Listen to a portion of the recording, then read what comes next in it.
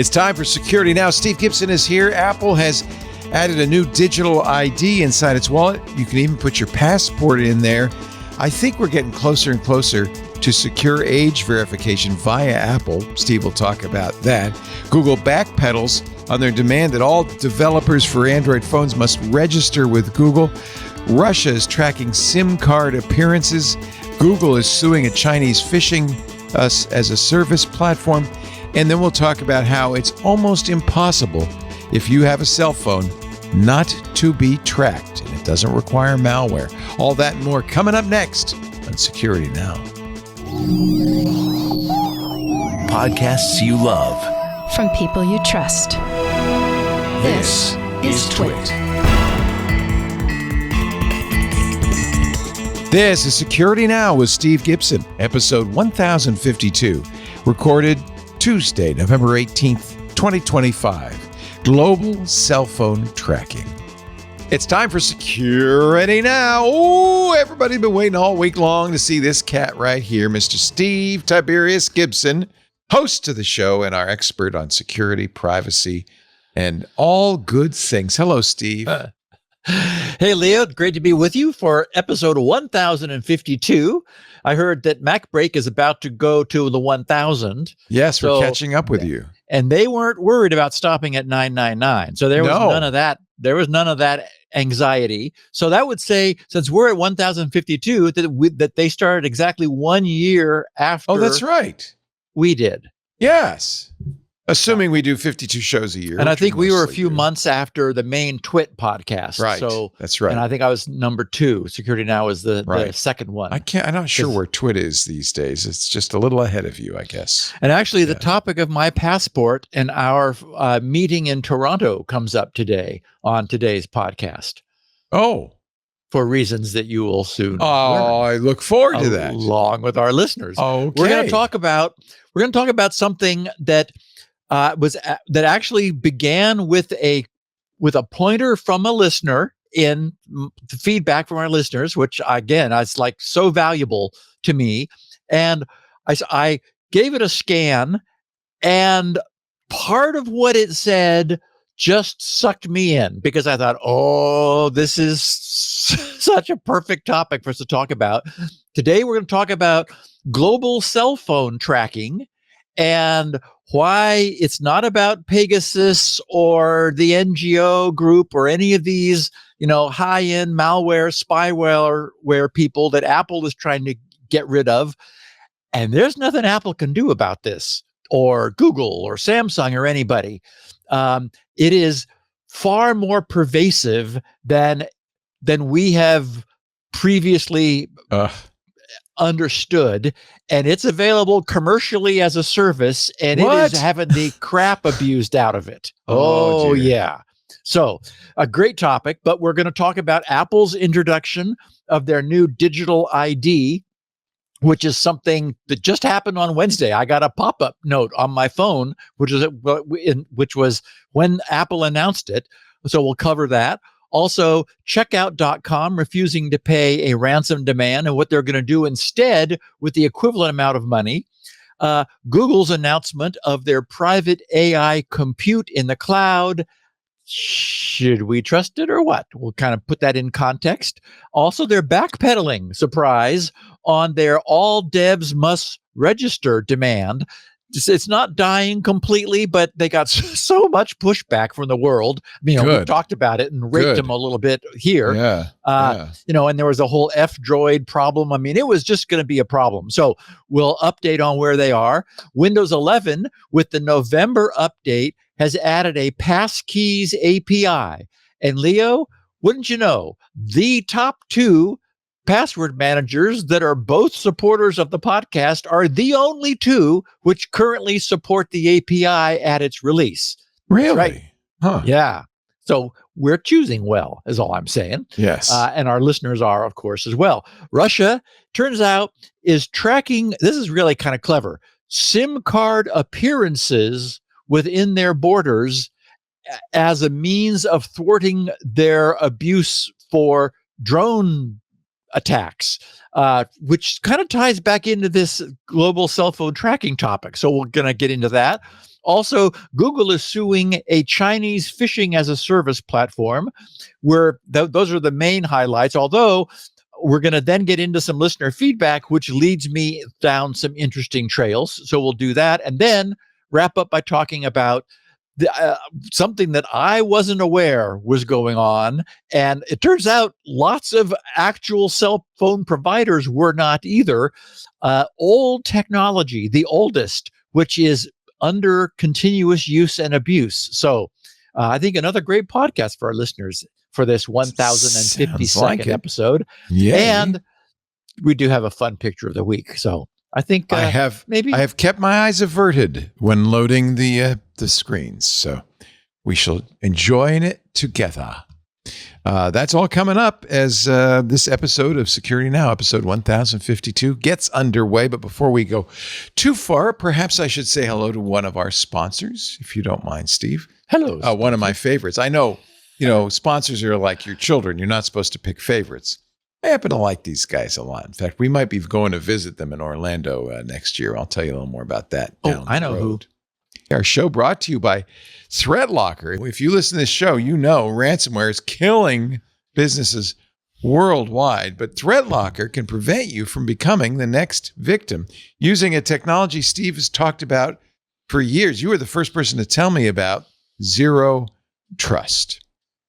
And you convinced me. I think it was Google that really came up with this concept. The idea that, until then, you just assume that everybody on your network belongs there. They got in, they must be an employee or somebody.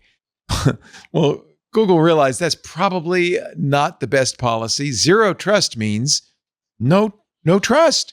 Just because somebody's in your network doesn't mean they belong to your network. ThreatLocker's Zero Trust platform takes a proactive, and this is the key, deny by default approach that blocks every unauthorized action. If you don't explicitly say, yes, this person can do that, they can't, which protects you from both known and unknown threats. 0 days, exploits that have never been seen before, they still don't work because you haven't given them permission.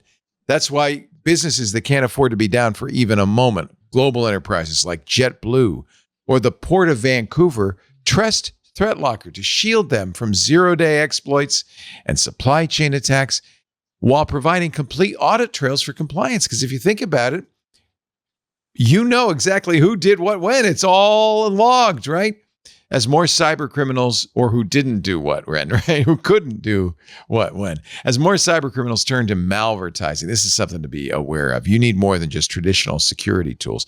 Malvertising gets bad guys in over the transom lickety-split. Attackers create convincing fake websites that look like popular brands, AI tools or software applications. Then they publicize them on social media, and they use hijacked accounts to create them. And then, and this is the most insidious thing, they go to legitimate ad networks. These are all automated ad networks, right? So nobody's keeping an eye on things. And they buy ads. In fact, they embed in the malware in the ad. They embed it, which means anybody, even if they're browsing on your work systems and you've got it all locked down, your employees are going to go look at those ads. They look real. Traditional security tools almost always miss these attacks because they're clever. They're using fileless payloads. They run in RAM only. They exploit trusted services. They bypass typical filters. They can't bypass ring fencing. That's ThreatLocker's innovative technology that strengthens endpoint defense by controlling what applications and scripts can access or execute. Zero trust. Containing potential threats, even if malicious ads get to the device, they can't do anything. ThreatLocker works in every industry. It supports PCs and Macs. They've got great US-based support. They're there 24/7 for you. And as a side effect of Zero Trust, well, it's not incidental. It's important. It enables comprehensive visibility and control. Jack Senesep, Director of IT Infrastructure and Security at Redner's Markets. Redner's uses ThreatLocker. He says, quote, "When it comes to ThreatLocker, the team stands by their product. ThreatLocker's onboarding phase was very good. They were very hands-on. They were able to help me and guide me to where I am in our environment today, end quote. And I can tell you, Jack's really happy with where he is today. You get unprecedented protection quickly, easily, and cost effectively with ThreatLocker. Visit threatlocker.com/twit to get a free 30-day trial and learn more about how ThreatLocker can help mitigate unknown threats and ensure compliance. That's threatlocker.com/twit. We thank them so much for the support of Security Now. All right, Steve, I'm ready for the picture. Okay, so this is just a wonderful picture. The picture itself tells a story. So let's show the picture first, and then I will explain the headline, the title that I gave it. Let me put the picture up big here so everybody can see it, and I'm going to scroll up, and I'm going to see it with you, everybody at home, for the first time.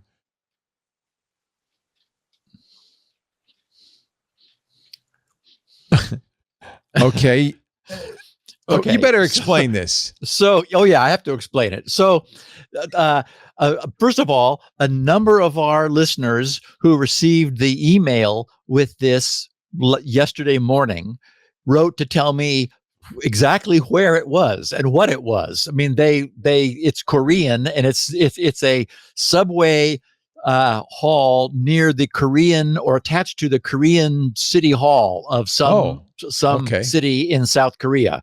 And so what this shows is that somebody apparently needed to bring a drain pipe down from a particular location in the ceiling to where it goes in the floor. But there was a very nice sign in the way. An advertisement, I think. I know you don't want to block an ad, right? No. Had the pipe simply come down from the ceiling straight down to the floor, it would have covered, it would bisected this sign. It would have been in front of the sign, which was very unsightly. So instead, a industrious South Korean plumber decided to do a right or a left turn above the sign, go over past the sign, then another left turn or downward turn to go down past the sign. Then he still has to get back to where the drain was originally going to go. So back around again over to the middle of the sign. It's a little like Ms. Pac-Man or something. It's or Dig there was Dug a game of this like this where you would route the pipes around. I remember it. Yeah. Anyway, so I gave this one in order to put this in the context of our community. How bad must things become before you decide to stop and refactor the code? Now I understand. I like it. So refactoring is sort of a term that's come into use a lot more lately. I mean, I grew up coding, and I didn't feel like refactoring was a piece of jargon that was commonly used until relatively recently. The idea is, and we have talked about this, code does not evolve well. Normally, what the way code begins is a coder or a team lay out a specification or have a clear idea of what the code, what the overall project's goals are, and then that gets cast into code. Basically, the architecture of the code reflects those original ideas. Then either management gets involved or somebody comes along later and says, hey, what about this green right angle doohickey? You don't have that. And the coders go, oh crap, we didn't know we were supposed to do that. So something gets hung on to the existing code, an exception essentially to what was originally hopefully a beautiful architecture, a structure that well represented that original set of goals. Now we have, a barnacle that's sitting there. And then, time is also not code's friend. So time goes by and some new features are made available that the code had no way to anticipate, but we got to support those. So more barnacles.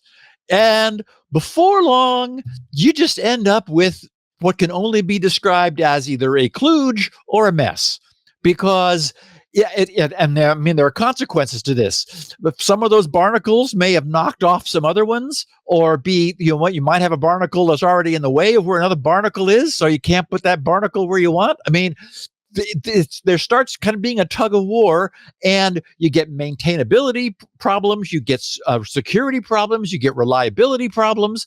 Bugs start cropping up because of interactions and you've got new coders, right? The coders who wrote the original system, they wandered off somewhere, or they got promoted, or refactored. So anyway, the point is, at some point you recognize, just stop. We got, what we have no longer represents the reality that is present. So it's time to refactor. The idea being basically reconceive the underlying structure so that it now supports everything which has been learned, which has happened, which has been added, which time has done, all these things that are hostile to code. And so anyway, the point here being, rather than moving the sign, which might have been the same obvious solution. Yes. Exactly. Oh no, the sign, it's got lag bolts 2 feet into the wall or something, or maybe there's some ugly blemish on the wall that the sign is covering up. You don't know what's under the sign. There might be a hole there or something. So rather than move the sign, which would have sort of been obvious, no, we're just going to plumb around it, very much like one of those Three Stooges episodes. And Paul, remind me, the game Pipe Dream did this too, or Pipe Mania. Yeah. It's funny. I actually relish refactoring code. I love to refactor code. There's something, because it's aesthetic, right? I get it. Yep. Yes. In fact, I did it yesterday. There was for the benchmark. There was a feature in the benchmark which I originally wrote in 2008, which was slowing down the end of the benchmark because I switched one of the pages from a bitmap, which I was able to paint quickly, to a rich edit format, and this thing ran on Windows 95 originally, wow. And so I was using my code to populate a rich edit control, which is very much like WordPad. Basically, WordPad is just the rich edit control with a bunch of Chrome, window dressing literally. So you had to, in effect, manually draw the screen with code. I was, and there is an API that Windows provides called it's stream in and stream out, that allows you to feed content into this, but it's really slow. Microsoft never bothered to optimize it. I don't think probably I and a couple other people ever used it, but it's there. The problem is it's so slow that I realized when I was looking at the benchmark again that I was holding down the end, like the announcement of the completion, while I was painting this other tab that the user might not even be looking at right now. But I was like holding everything up. So the first thing I did was that instead of doing that, I spawned another thread to do this painting in the background. And so I would be able to declare the benchmark done immediately. But then if the user clicked on that tab while I was busy filling its contents, I needed to have a little signage that said, please wait one moment while this tab finishes updating at the completion of the benchmark. So I had that. Then one of our testers said, Steve, this always sorts in the way that we have 4 different sort orders now for the results. And so someone commented, the way that this tab is the way that the bar graph of the results were sorted when it finished. But I changed the sort order, and it'd be nice if the tabular display of all of the details would resort. Okay, so now that means that I need to be able to come in later. But what if the user changes it while the sort is underway, which is a time-consuming process? That means I need to be able to interrupt the ongoing sort and painting of the control, abort it, and then restart it at any time if the user changes the sort order. And while I was at it, while the benchmark was underway and I was displaying a bitmap, pretending to be the rich edit, which I was able to paint quickly, I gave that all the same features. Well, the point is that as a consequence of all that, I had introduced some sort of a subtle hang in the UI. Well, I mean, because there was a lot of stuff going on. I was setting semaphores and flags and aborting threads and checking to see whether, what was going on and all this. And yesterday, I had that experience you have had, Leo, where I just said, okay, I really want this thing to be done. I'm ready to have it be done. It's been a year. It's really good. I mean, it's gotten so good, but I can't live with the way it is. So I scrapped all of that code from the beginning and I rewrote it. And it is a thing of beauty now. Isn't that nice? It's like cleaning it up. It's just, feels good. And then it runs faster and it looks better. And it's understandable. I was having I was like, okay, what does this flag do again? Because, and I've always said, I code so that I can read it more than so that the machine can read it. And in fact, one of our listeners, I don't think I shared his feedback, but he was a neat guy. He said, I started programming shortly before I started listening to the podcast. And at some point in the podcast, you made the comment that you named variables for what they did. Like, are we done with this yet? Is like the name of a variable, of a Boolean. And he said, when I heard that, my life changed. He said, I was naming variables WDGT2, and he said, I couldn't remember what they meant. He said, now I just name them what they are. And he says, life is better. So anyway, you and I both love to code, and refactoring is a necessary process. I wish you'd do a coding show with me at some point. I would love that. Would be really fun. Yeah, I could definitely get into that. This reminds me that one of the great books on coding by David Thomas, The Pragmatic Programmer, it just reissued its 20th anniversary. I don't know if you've ever read this, but this is one of those books that is full of that kind of thing. Name your variables meaningfully and so forth. And it's really good. They've just updated it because it was a little out of date, to be honest, with concurrency and some other things. Yeah, cool. I coding is an art and it's a science and it's just really enjoyable. And there's, I have the luxury as a hobbyist coder. You have a luxury too, because it's your code. You don't have a company. You get to do it what you want, right? And so I think a lot of people who are working, professionally as programmers don't get to make their code aesthetic. And, they probably have rules about how to name variables, and there's all sorts of stuff that probably gets in the way. But but we're lucky, we could pursue it as an aesthetic art and science. And for me, I've really learned, I've talked often about what I call switching cost, the cost to acquire a knowledge of a large code base. I now, after a year, I am the DNS benchmark. I mean, yes. I'll tell you, when I began, I hadn't looked at the code since 2008. Right. I didn't know how it worked. Right. And many times, I remember opening it up and going, wait a minute, this supports Windows 95 still?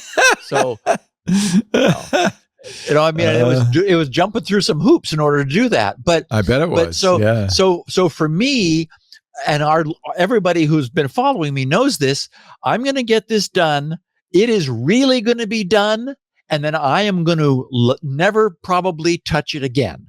If there are bugs found, I will, of course, fix them because it's going to be commercial as opposed to freeware. But even my freeware, it doesn't have any bugs. This thing doesn't have any bugs. So for me, because it is so expensive for me to leave, and then I pretty much quickly forget, even especially at my age, exactly all of the nuances. I mean, you and I code, Leo, because it is so difficult.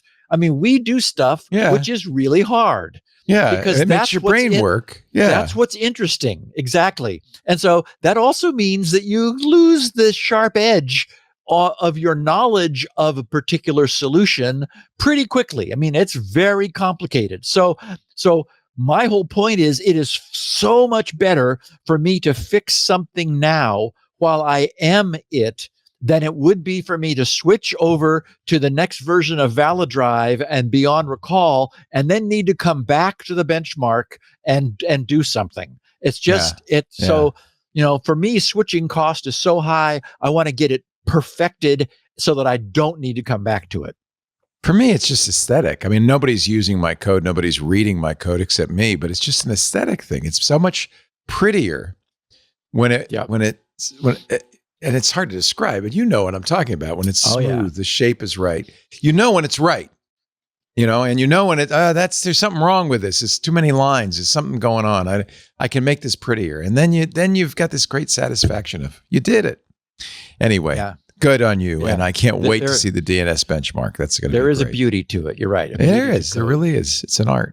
Yeah. Okay. So last Wednesday, I received a notice on my older iPhone 12, which, as I have mentioned, I had upgraded to iOS 26 because I wanted to see how bad that liquid glass thing was before I moved my newer phone, which I purchased out of fear for the upcoming tariffs, like earlier this year. The announcement said that something called Apple's Digital ID was now ready for me. The hook was that while the announcement was focused upon using this new digital ID as a replacement for the real ID, which US TSA, airport security guys are now requiring, the announcement also noted the app's use for age verification. So it's like, okay, Apple kind of slipped this one in under the radar. So at this time, Apple's new digital ID, which is now available, anyone can set it up, is tied to a passport. Fortunately, I happen to have one. And Leo, I originally obtained my first passport when I was joining you in Toronto for appearances on Call for Help. And then that's when I got my first passport. And then I later renewed it for the OWASP Squirrel presentations, which I gave in Sweden and Ireland. And it was still current as a consequence because passports last 10 years. So the process that I went through to establish the digital ID was fascinating.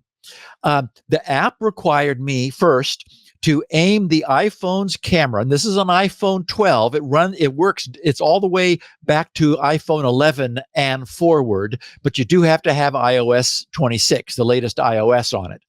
So it first asked me to aim the camera at the photo page of the passport, whose image it acquired and processed.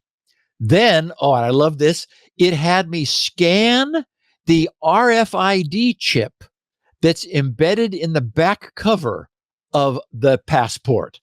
The app showed me in a little on-screen graphic how to position the phone over the back page of my passport, and it locked onto the RFID chip and made some wonderful, data acquisition noises while a little blue bar ran across the bottom of the screen, sucking in the digital equivalent of the photo from the passport. Presumably that chip contains much the same data as the visual page, but in obviously digitized format. Then the app required me to follow its step-by-step instructions sort of in selfie mode with a screen showing my face to prove to it that I was alive and that I looked like the picture on my photo in the passport. So I was instructed to position my face in a frame, look at the screen. Then it told me to close my eyes until the phone vibrated. So I did that, and after a few moments, it vibrated and it was satisfied. Then it told me to give it a big smile, which I did, and phone vibrated again. And then it told me to look to the right, which I did. So it was confirming by I was able to follow its instructions in real time, and that my face was all doing the right thing. And presumably it was all doing that whole 3D, IR imaging stuff that the iPhone has as well. So I went through that. A verification was complete, and I poked around in the app, and it noticed that, or it notified me that it had finished, and then offered to add it to my wallet, which I did. So I now have a passport authenticated, government issued identity in this new digital ID that Apple has started offering last Wednesday. Their announcement last Wednesday was headlined, "Apple introduces digital ID, a new way to create and present an ID in Apple Wallet." And then the tagline was, "Digital ID offers a secure and private way for users to create an ID in Apple Wallet using information from their US passport and present their ID with iPhone or Apple Watch." I'm going to share two things, Apple's little blurb, and then a less Apple-centric take from Lifehacker. So Apple said, "Apple today announced the launch of Digital ID, new way for users to create an ID in Apple Wallet using information from their US passport and present it with the security and privacy of iPhone or Apple Watch. At launch, Digital ID acceptance will roll out first in beta at TSA checkpoints at more than 250 airports in the US. So it's not universal, but at launch time, 250 airports do support this in lieu of Real ID. And I've not yet had a need to get a Real ID, but I recognize I probably will at some point.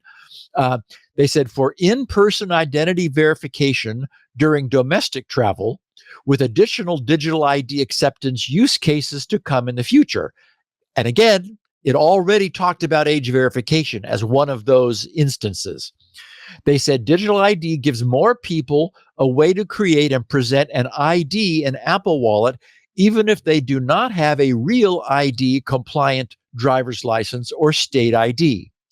Digital ID is not a replacement for a physical passport and cannot be used for international travel and border crossing in lieu of a U.S. passport. So it's not meant to be a digitalized, universally accepted passport. It's just a way of using an authenticatable U.S. government document, meaning your passport, in order to create a working domestic ID that you can use and presumably international identity, not for passport use, but for age verification. We'll see. Then they said Jennifer Bailey, Apple's vice president of Apple Pay and Apple Wallet, said, quote, "With the launch of digital ID, we're excited to expand the ways users can store and present their identity, all with the security and privacy built into iPhone and Apple Watch.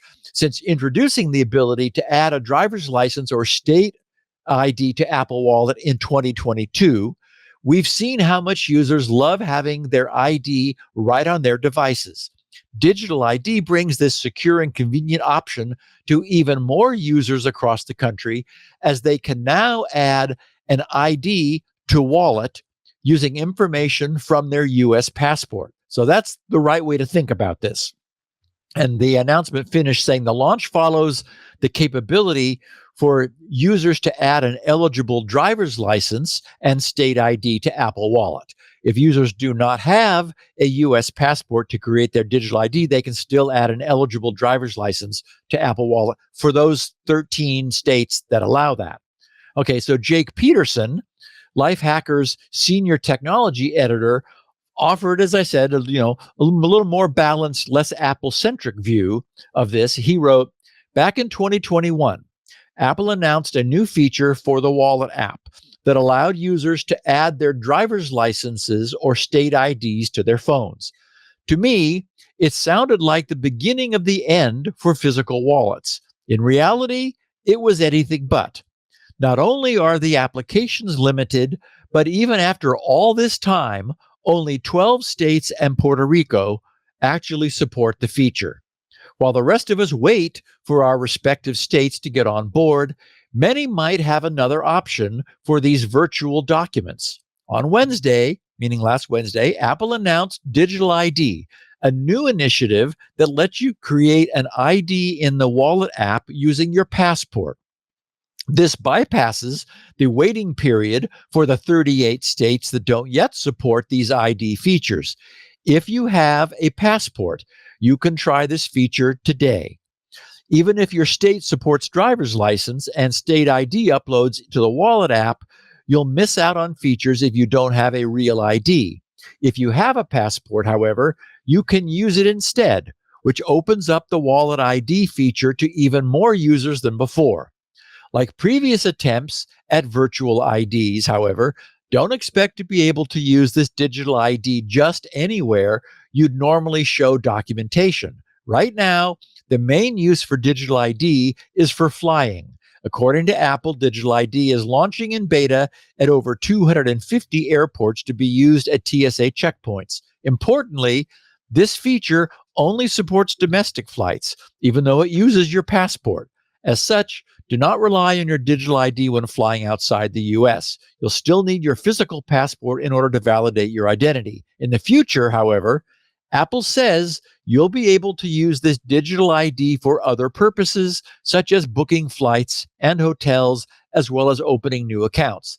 And it also said all over the screens, and age verification. Okay, so clearly we still have a ways to go.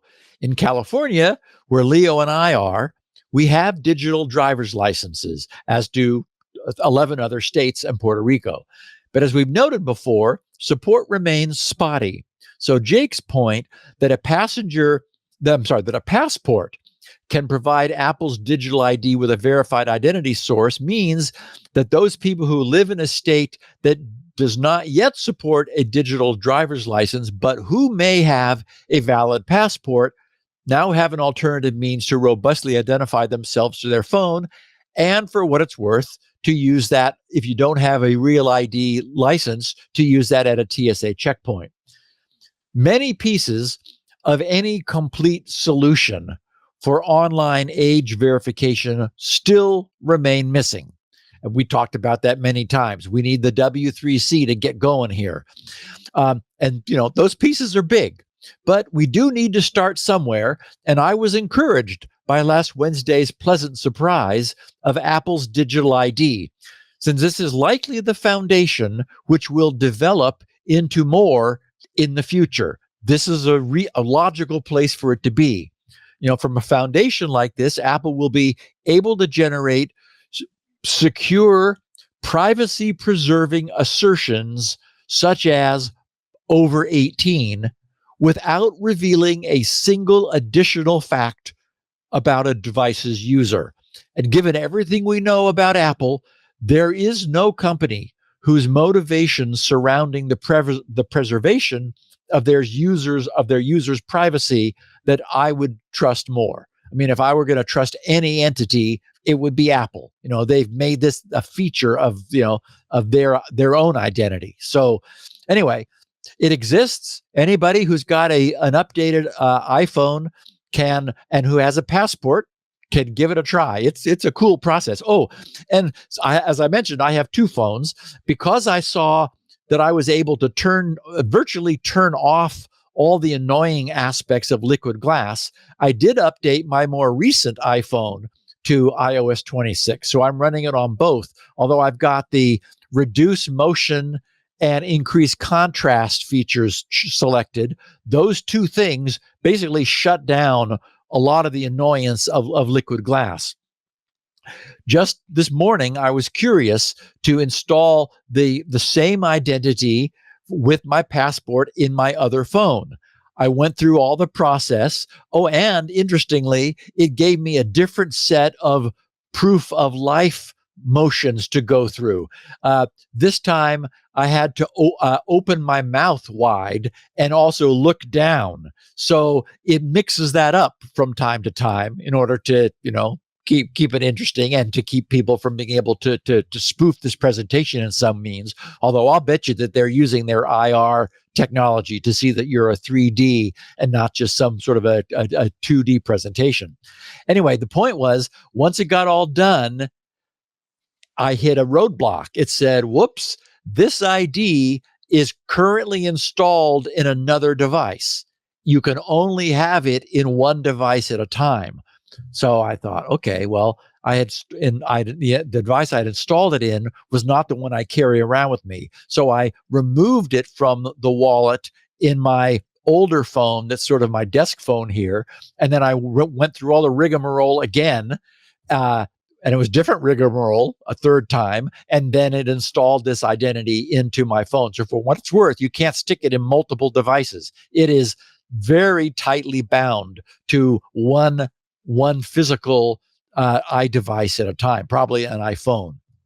So anyway, cool that Apple is doing this. And again, I think I know we are going to get to a point where we have robust privacy preserving age verification as quickly as we can. And it will be, this sort of initiative that has Apple completely ready to engage that as soon as there's an API for them to talk to. And for what it's worth, there is that True Age system, and it is in my Apple Wallet as part of my California driver's license, and it does allow me to scan a QR code to do some sort of magic. There's nobody's doing anything with it yet, and you need to be in the True Age enclave in order to use that. I expect that'll be opening up, because we did hear that the W3C was adopting some of the True Age technology for their work in progress on online age verification. So it's kind of interesting that the Apple technique reads the RFID in the passport. I think it was so cool, Leo. Yeah. I mean, it's the first time I've seen anything use the RFID. Yeah. And it goes, it actually vibrates as you're doing it, which is great. Yeah, it's really cool. Yeah. So now I'm going to do my live photo. And then it's going to ask me to open my mouth. Let's see. It does different things. Sometimes You'll close be your guided eyes. through several movements, and all angles of your face will be scanned and evaluated by Apple. All right. Position your face. Your movements will be recorded.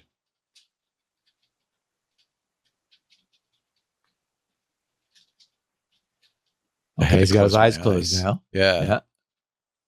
And then he'll have you do something else. Yeah, I think it's going to have the mouth open thing. Yep, mouth's open now. I guess if I were a still picture, I couldn't do any of that, right? Well, and right, and it's probably watching you all the time.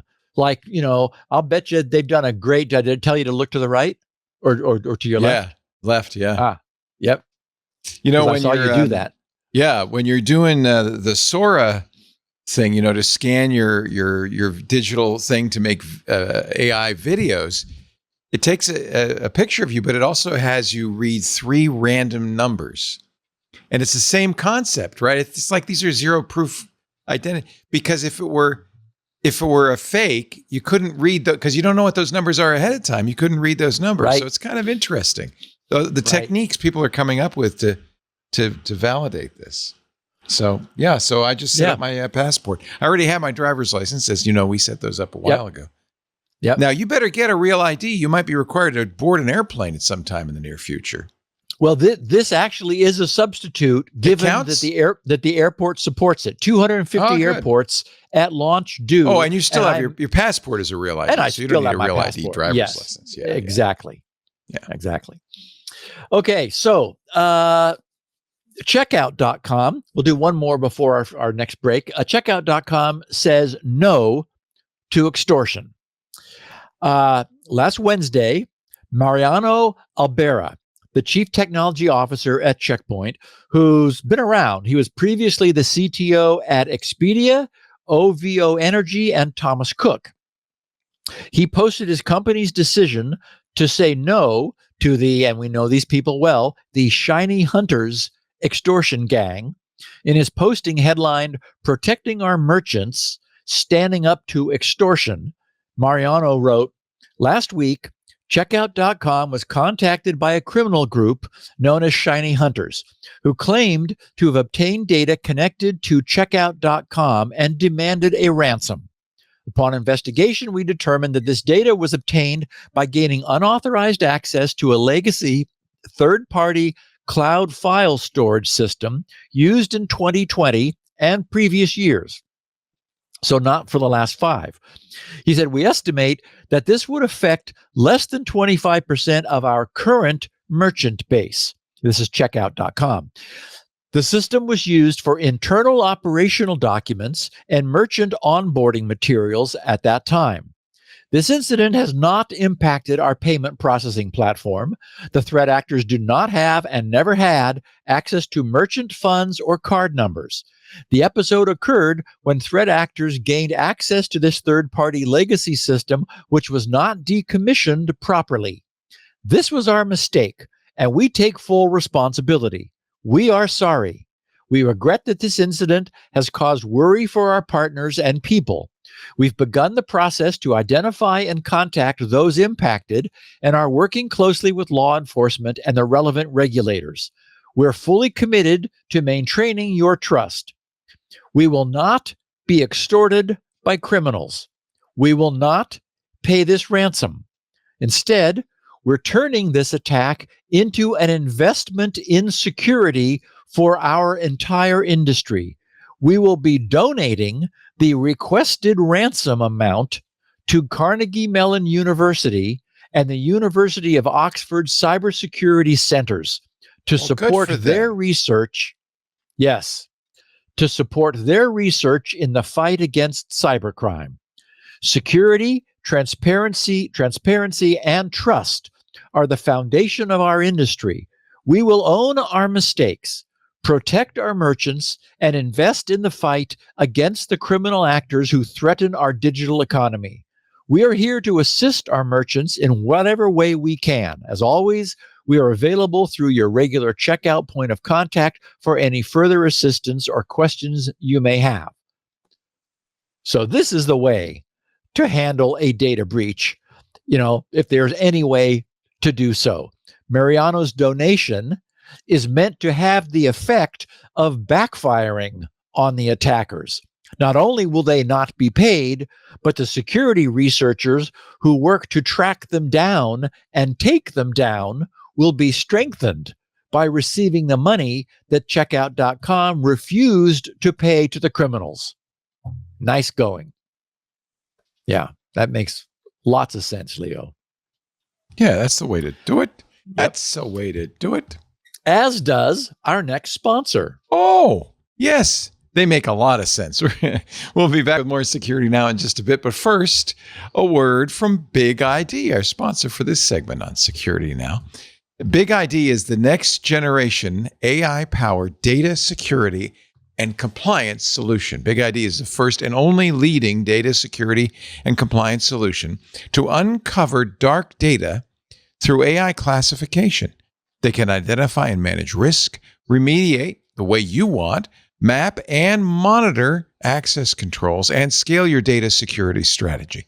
Along with unmatched coverage for cloud and on-prem data sources, Big ID also seamlessly integrates with your existing tech stack, that's nice, and allows you to coordinate security and remediation workflows. You can take action on data risks to prevent against breaches, annotate, delete, quarantine, and more based on the data, all while maintaining an audit trail. And it works with everything you work with. Partners include ServiceNow, Palo Alto Networks, Microsoft, Google, AWS, and more. You can find it all at their website. With Big ID's advanced AI models, this is cool. You can reduce risk, accelerate time to insight, and gain visibility and control over all your data. Maybe that's why Intuit named it the #1 platform for data classification in accuracy, speed, and scalability. And I'll tell you what, If you want to think about what company, what group, what institution might have the most dark data, I can't think of anybody might have more than the United States Army, 250 years worth of it, right? They used Big ID to illuminate their the U.S. Army, their dark data to accelerate their cloud migration, which has been a big priority for the services, to minimize redundancy, and to automate data retention. Imagine the amount of data they have to keep track of. This is a great quote from U.S. Army Training and Doctrine Command. They said, quote, "The first wow moment with Big ID came with being able to have that single interface that inventories a variety of data holdings, including structured and unstructured data across emails, zip files, SharePoint, databases, and more.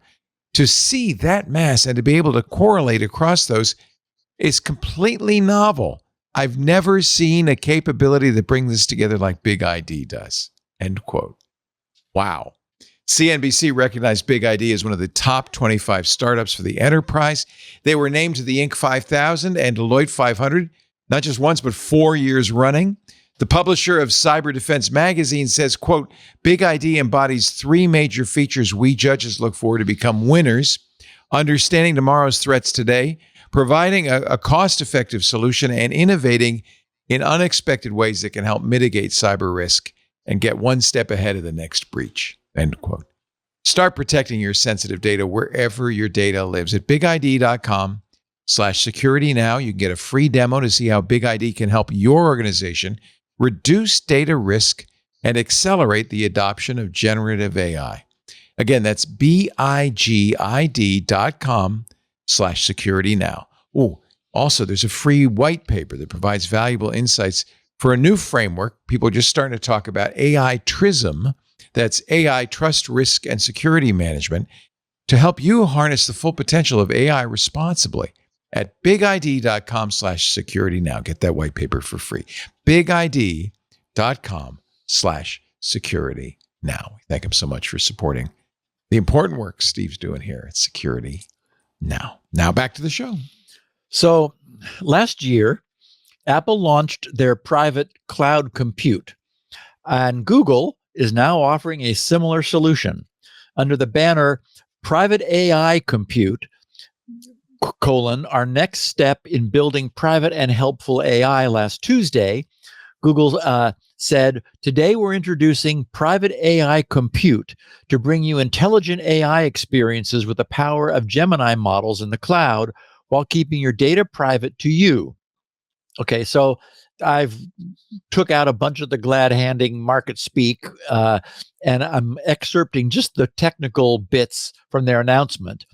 They said, "Today, we're taking the next step in building helpful experiences that keep users safe with private AI compute in the cloud, a new AI processing platform that combines our most capable Gemini models from the cloud," and they just released 3, by the way, "with the same security and privacy assurances you expect from on-device processing.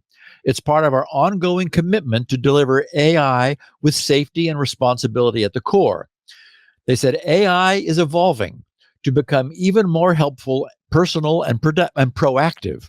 It's moving from completing simple requests to AI that can anticipate your needs with tailored suggestions or handle tasks for you at just the right moment. This progression in capability requires advanced reasoning and computational power that at times goes beyond what's possible with on-device processing. Okay, now, I suspect there's universal agreement about all of that. The thing that appeals to me about this is that AI inherently requires short but massive bursts of computation, often followed by long periods of quiescence where you're not doing anything with it. Anyone who's been around since the days of the mainframe will recognize that this was the original brilliant concept that became known as time sharing. It's now we all just talk about it like it's nothing, but it before time sharing, that was there wasn't any such idea. Time sharing changed the world. the idea there was that no one needed the full-time services of a massively expensive and very capable mainframe. And mainframes was all there was back then. So instead, hundreds of people could use little time slices of that big machine's power. And the result of that was massive efficiency. Then later, the mini computer, it more encouraged a one-on-one usage mode, although there were certainly many mini computers running time-sharing operating systems back then. Although those really might have been called mini mainframes. What really drove the nail in the time-sharing coffin was the microcomputer, where the costs had come down so far that it no longer made any sense to share that machine. So what developed was a truly personal computer. So the internet, massive connectivity, and massive data storage has begun to shift this model back toward the shared massive resources model with cloud computing. It's pretty clear that Microsoft, for their part, would be delighted to be servicing everyone out of their data centers. And of course, that would be terrific right up until everyone suffers a massive service outage, as Microsoft and all their cloud-dependent users recently did. And by the way, a similar outage took down Cloudflare for many hours this morning, and like global outage at Cloudflare. So yeah, the cloud is great right up until it's not. So as I first noted, though, everything about the usage model of today's AI suggests that time sharing is back, and for exactly the reasons it was first explored in the early 1960s. Massive resources used only briefly and intermittently by a great many people. So that leaves us with the question of security. You know, the architecture makes sense, but what about the security? Google wants us to believe that this can be every bit as secure as running on device, meaning locally, on some poor, overworked array, but that we're probably pouring ice water on, and which is converting into steam. Everything we know tells us that it cannot be as secure, right? I mean, it's not going to be. Nothing in the cloud is going to be as secure as on-premise by definition. The security models are just not identical. Well, and it's in transit. Anytime there's going from one point to another. I know. I think that's exactly right. So the question is, if it cannot be identical in security, can it be secure enough? Right. The problem with local compute is that to be fast enough, it needs to be super powerful. And being cost effective while being super powerful means somehow keeping the darn thing super busy. So the test for Google or Apple or any other cloud-based AI, what amounts to a time-sharing farm, is not whether it's as secure as local, because it's not. The question is it secure enough? So here's what Google claims to convince us that theirs is. They said, we built private AI compute to unlock the full speed and power of Gemini cloud models for AI experiences, while ensuring your personal data stays private to you and is not accessible to anyone else, not even Google. Private AI compute allows you to get faster, more helpful responses, making it easier to find what you need, get smart suggestions, and take action. Private AI compute is a secure, fortified space for processing your data that keeps your data isolated and private to you. It processes the same type of sensitive information you might expect to be processed on device, meaning locally. Within its trusted boundary, your personal information, unique insights, and how you use them are protected by an extra layer of security and privacy in addition to our existing AI safeguards.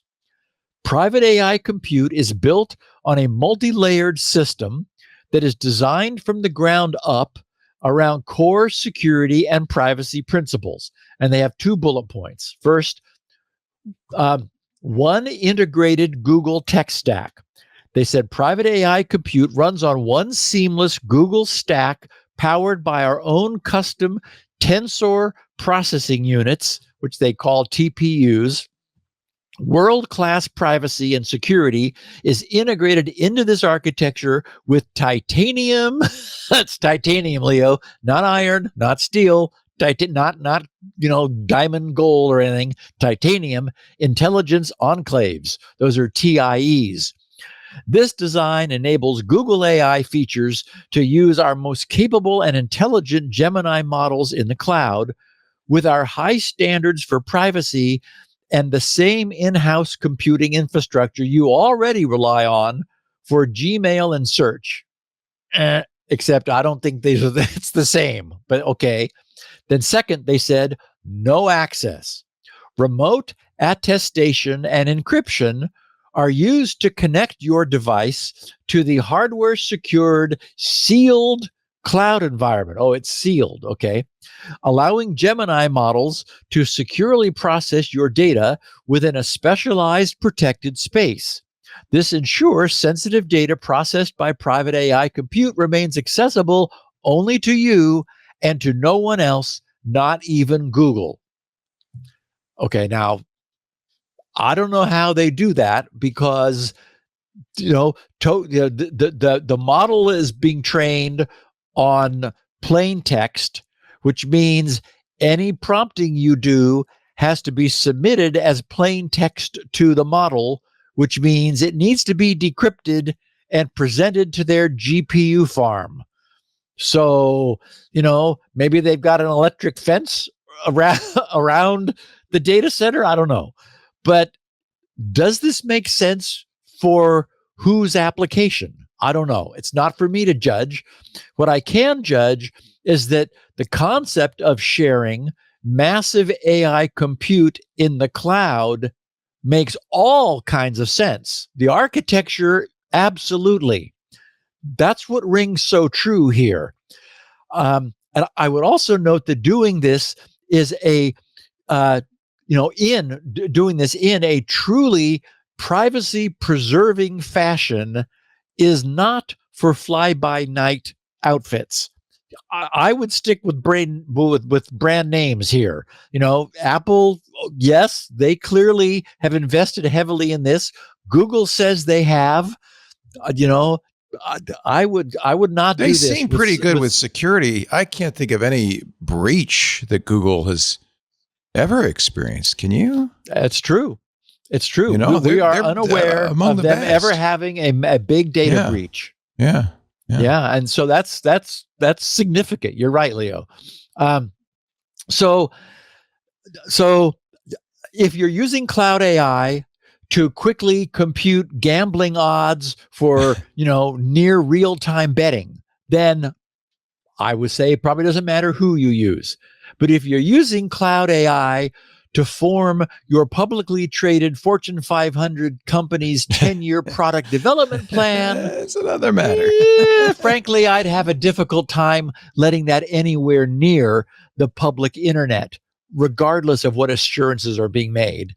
But if you need to, use a security-first host. And I would agree with you, Leo. Google has a great track record. Whatever tensor processing units wrapped in titanium intelligence enclaves are, it all sounds really good. Sounds good.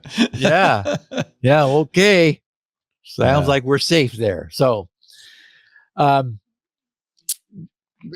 anyway, it's there. AI, Apple introduced their concept. We know that the Apple is going above and beyond by X-raying the servers that come from offshore to make sure that there's no unknown components that have been added. And, they are really making sure they don't get caught with their pants down.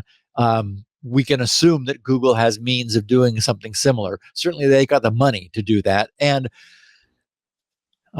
there is money pouring in and out of all this. There was a really cool article in Vox that I read this morning about it's something Weave, a major third party CoreWeave, yeah. CoreWeave. They're a network operations solution. Yeah, and basically providing this service as a third party to these big guys who have all announced they're building their own data centers to compete with CoreWeave. Right. So it's an odd deal, but and nobody's making any money on this. Right. Yeah. Well, and the stock market's crashing today because NVIDIA was down hugely. Yep. So.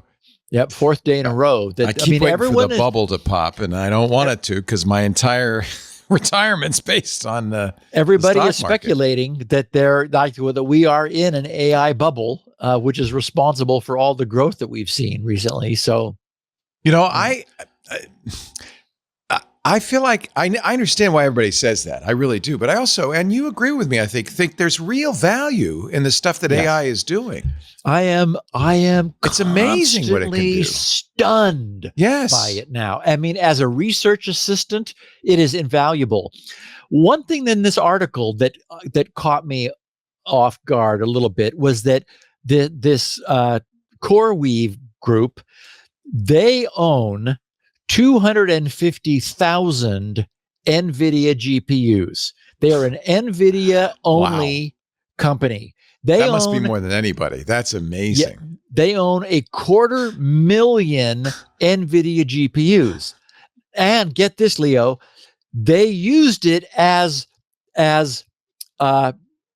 collateral to collateralize a massive multi-billion-dollar loan. It's like gold bars. Okay. Now, what I remember about Mark Thompson, when Mark was, because he was an early cryptocurrency miner, he would fill his garage with racks of mining rigs, and he would mine for I think it was like a year or year and a half until those rigs became obsolete. Right. Because there was constant evolution in the chips. He would then resell these hundreds of GPUs on the secondary market, make back the money that he had spent, and then reinvest in the next generation of mining rigs and mine for another year and a half, and then again sell it all off on the secondary market, recapture his capital investment, and then do it again. That's a lot of work. It's a lot of work.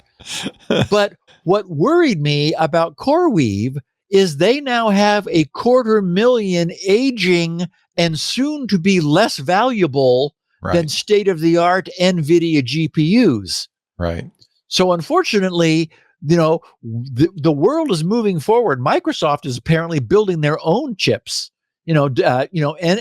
Engineering and in having their own chips in the works somewhere. I don't know who's going to do their fab, but anyway, I thought it was interesting that here they're saying, oh yeah, we have 250,000 NVIDIA GPUs, woohoo, and we use it to collateralize our debt, but they're getting old, right? And they're not going to be what you want in 5 years, right?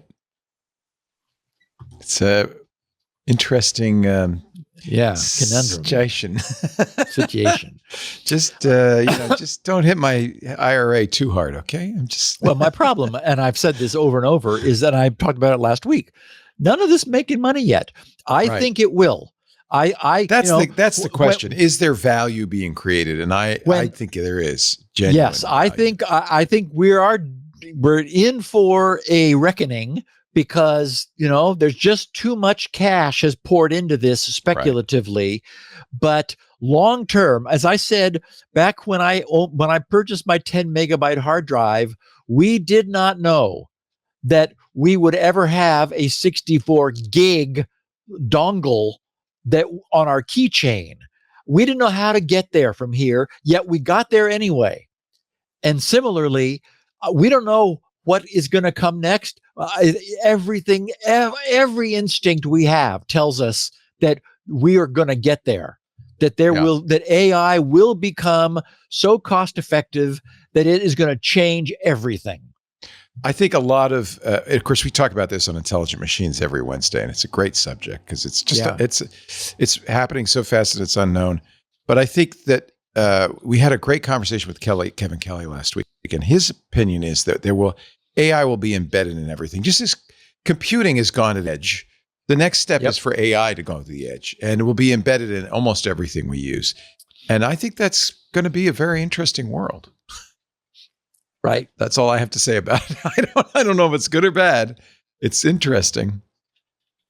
I used Claude Code the other day to completely refactor my Emacs, very complicated Emacs setup, and it did a great job. It understood Emacs deeply and was able to write all this code and do such a great job of it. I was very impressed. And remember that, as I said very early on, to me, code was the obvious target. Yes. Because it is rigorous. It obeys rules. It's got syntax and semantics, and you can understand. It can be understood. Right. And so I'm glad. I know lots of coders are threatened by AI. I'm not. It's not going to bother me. No. Yeah. But it's also mind-boggling that you could take something that is basically just trained on a massive text. It is a sophisticated prediction model. And it can understand code and write code. I don't understand. That's mind-bending. It's amazing. Yeah. Anyway, we live in interesting times, Steve. And I know that our listeners are following along with this and are interested too. So, last Wednesday, Google tacitly acknowledged that they had been wildly overzealous with their pronouncement that all Android developers would henceforth be required to register using their real-world identities and pay for the privilege before they would be able to publish their apps on the Google Play Store for Android devices. Their first update reiterated the crucial importance of tightening down the security of Android's apps. But then, on the subject of students and hobbyists, they began the backpedaling, writing, "We heard from developers who were concerned about the barrier to entry when building apps intended only for a small group, like their families or friends. We're using your input to shape a dedicated account type for students and hobbyists. This will allow you to distribute your creations to a limited number of devices without going through the full verification requirements."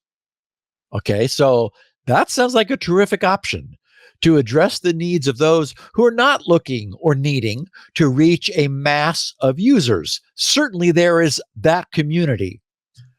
Okay, but what about users of, for example, F-Droid, who are advanced and security aware?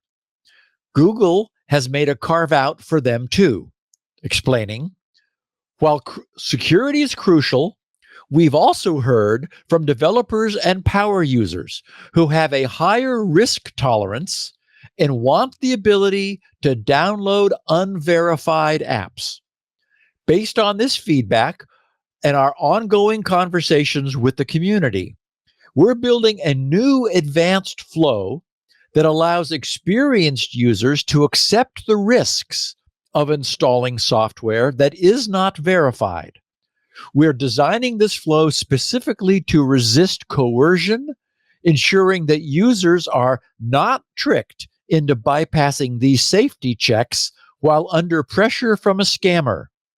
It will also include clear warnings to ensure users fully understand the risks involved, but ultimately, it puts the choice in their hands. We're gathering early feedback on the design of this feature now, and we'll share more details in the coming months. So again, this sounds like the right approach, and it solves the F-Droid dilemma that we talked about previously. But, so far, Google's primary goal of knowing and holding accountable the developers of apps for Android, that's not disappearing. It's onerous. I get it, but I don't see any other way to deal with this problem, which has admittedly grown out of control. Something needs to change. Any developer who wishes to offer apps to the wider Android user base and who doesn't want to subject their potential users to Google's deliberately terrifying advanced installation flow will need to register. That's the way to avoid that. Otherwise, for any app published by an unregistered developer, which Google is now calling them, Google will probably say something like, please acknowledge that you understand that by downloading this tiddlywinks in space game, you may be placing your life and the lives of everyone you hold near and dear at significant risk.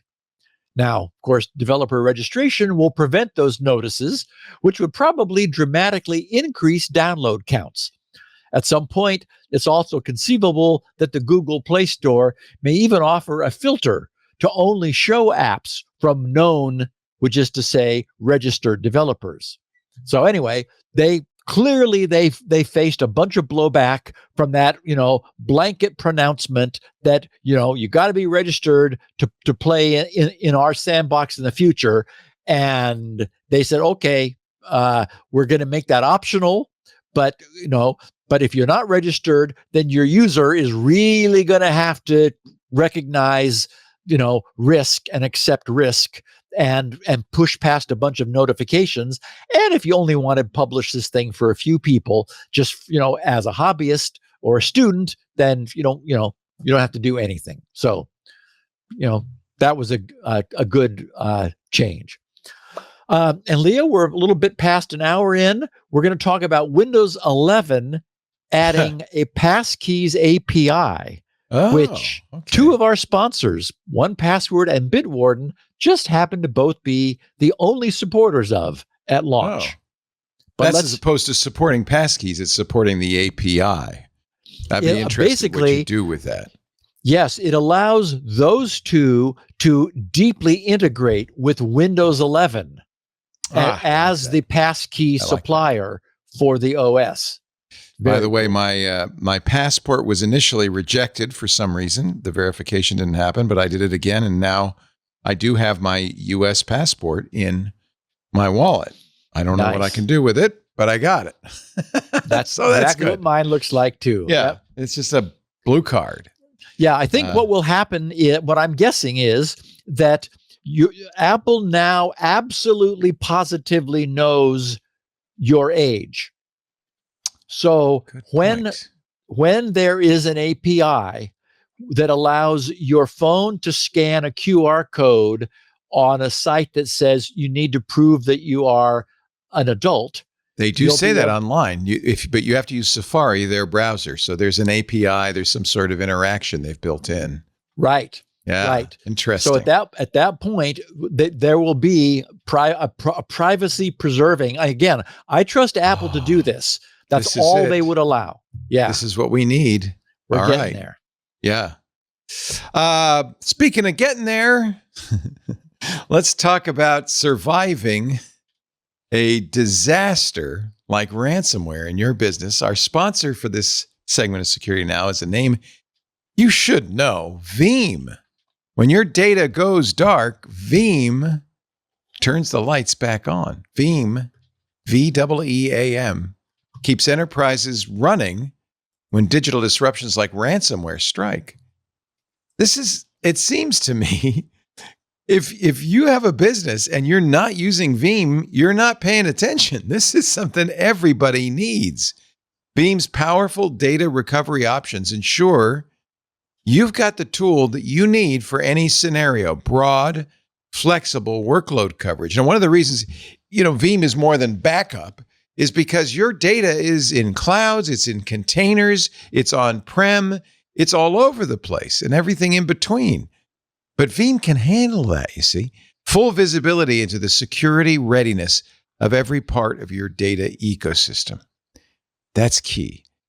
And also, it's tested, it's documented. You will have provable recovery plans that you can deploy with the click of a button using Veeam. That's absolutely critical because you don't want to be searching for that button when the system is down. You don't want to load a restore that doesn't work. You need Veeam. Veeam is the #1 global market leader in data resilience. Just call them the global leader in helping you stay calm under pressure. With Veeam, it's all good. Keep your business running at Veeam.com. That's VEEAM.com. Just look at all the Fortune 500s that use Veeam. Just look at all the companies all over the world. Go to the website, take a look, and you will see why you need Veeam. Don't be another headline, another company brought down by ransomware. VEEAM.com. Data resilience isn't just a buzz term. It is something we all need. Veeam.com could give it to you. All right. Back to the show at hand, Mr. Gibson. Let's talk about Passkeys. Yeah, this month's November update to Windows 11, which Windows 11 users will probably have, added an API that allows third-party password managers, near and dear to our heart, to deeply integrate with Windows 11. Under the heading Windows 11 expands passkey manager support, here's what Microsoft explained last week. They said Windows is committed to making sign-in simpler, quicker, and more secure for every user. Today, we're excited to announce a major step forward in passwordless authentication, native support for passkey managers in Windows 11. This new capability empowers users to choose their favorite passkey manager, whether it's Microsoft Password Manager or trusted third party. Wait, where'd that come How do you feel about that, Steve? or whether it's Microsoft's limited password manager or trusted third-party providers. They said it's generally available with the Windows November 2025 security update. By partnering closely with third-party managers, we're delivering a more flexible, secure, and intuitive experience for Windows users everywhere, starting with 1Password and Bitwarden today, and other passkey managers coming soon. But who cares about them? Okay, so I had to smile when I saw that the two top password managers we're affiliated with are the two that are enough on the ball to be participating with Microsoft on this out of the gate. Microsoft's announcement then quoted Travis Hogan, end user product manager for 1Password, saying, quote, working alongside the Windows security team on the development of the Passkey plugin API for Windows 11 has been a rewarding partnership. As the first password manager to offer native passkey support in Windows 11, and actually he's tied for first, we're proud to give customers a seamless passwordless experience inside and outside the browser. Together, we've ensured that 1Password and other third-party passkey providers can deliver a secure, standards-based experience natively on Windows, marking another major step towards a passwordless future. Okay, now, however, as I said, it appears that 1Password is actually tied for first with Bitwarden, since we also have in Microsoft's announcement, Bitwarden quoted saying, Bitwarden is delighted to collaborate with Microsoft on bringing native passkeys to Windows 11. This partnership enables more organizations and users to embrace passkeys confidently, knowing they can manage their credentials securely on Windows and across all their devices and platforms. Microsoft then asks themselves the rhetorical question, why plug in passkey managers? Which they answer, passkeys are phish resistant, less vulnerable to data breaches, and easier and faster to use than passwords. With plug-in passkey manager support, you get choice and flexibility. Use your preferred passkey manager natively on Windows. Easy authentication. Create and sign in with passkeys using Windows Hello. Passkeys everywhere. Your passkeys are synced between your Windows PCs and mobile devices. They go where you go. They finished with plug-in passkey manager support. Package credential managers can integrate directly into Windows. Users can save, manage, and use passkeys across browsers and native apps, thanks to the new plug-in provider capability. Setting up your credential manager is part of the passkey creation flow. Authentication uses Windows Hello, whether that is a PIN, face, or fingerprint. So only you can access your credentials. And then, of course, not to be left out, talking about their own Microsoft Password Manager, they remind us of its benefits, writing, "We've integrated Microsoft Password Manager from Microsoft Edge natively into Windows." Do that every time you say it. Natively, it just comes out. It just comes out into Windows as a plugin. So they've made their own like a peer plugin. So they said that means you can use it in Microsoft Edge, other browsers, or any app that supports passkeys. This integration of Microsoft Password Manager from Microsoft Edge comes with added security benefits. Passkeys operations, creation, authentication, and management are protected by Windows Hello. Passkeys stored in Microsoft Password Manager will be synced and available on other Windows devices where the user is logged into Microsoft Edge with the same Microsoft account. Now, arguably, this would be better than a JavaScript password plugin, right? This would probably be more secure. Oh yeah, and I mean, and if you weren't on, if you didn't have already 1Password or Bitwarden, and you were happy to be contained within within the ecosystem of Microsoft's Password Manager, which again you can't use it on an iPhone or Android or elsewhere. You know, you don't get all of that cross-platform support. Then that would be great. Essentially what Microsoft did was they took the password manager that it is in Edge, and they wanted to the passkeys manager that's integrated into Edge, and they wanted to make it available to Windows natively. But the way they did this was to create an API for Windows, which Edge's password manager can now talk to, but being fair, so can 1Password and Bitwarden. So any of those three, Microsoft's Password Manager supports the API, as does 1Password and Bitwarden. So users get to choose, and they talk about how their solution is able to use Azure's managed hardware security modules for synchronization and tamper-proof recovery with Azure's confidential ledger. So there are, Microsoft, of course, is always looking at the enterprise. So there are enterprise use cases where that may be the best solution for that application environment. But for all of our users who are not in the enterprise world now, for the first time, after this November, after getting this November Windows 11 update, they're now able to link 1Password or Bitwarden directly into Windows 11. So I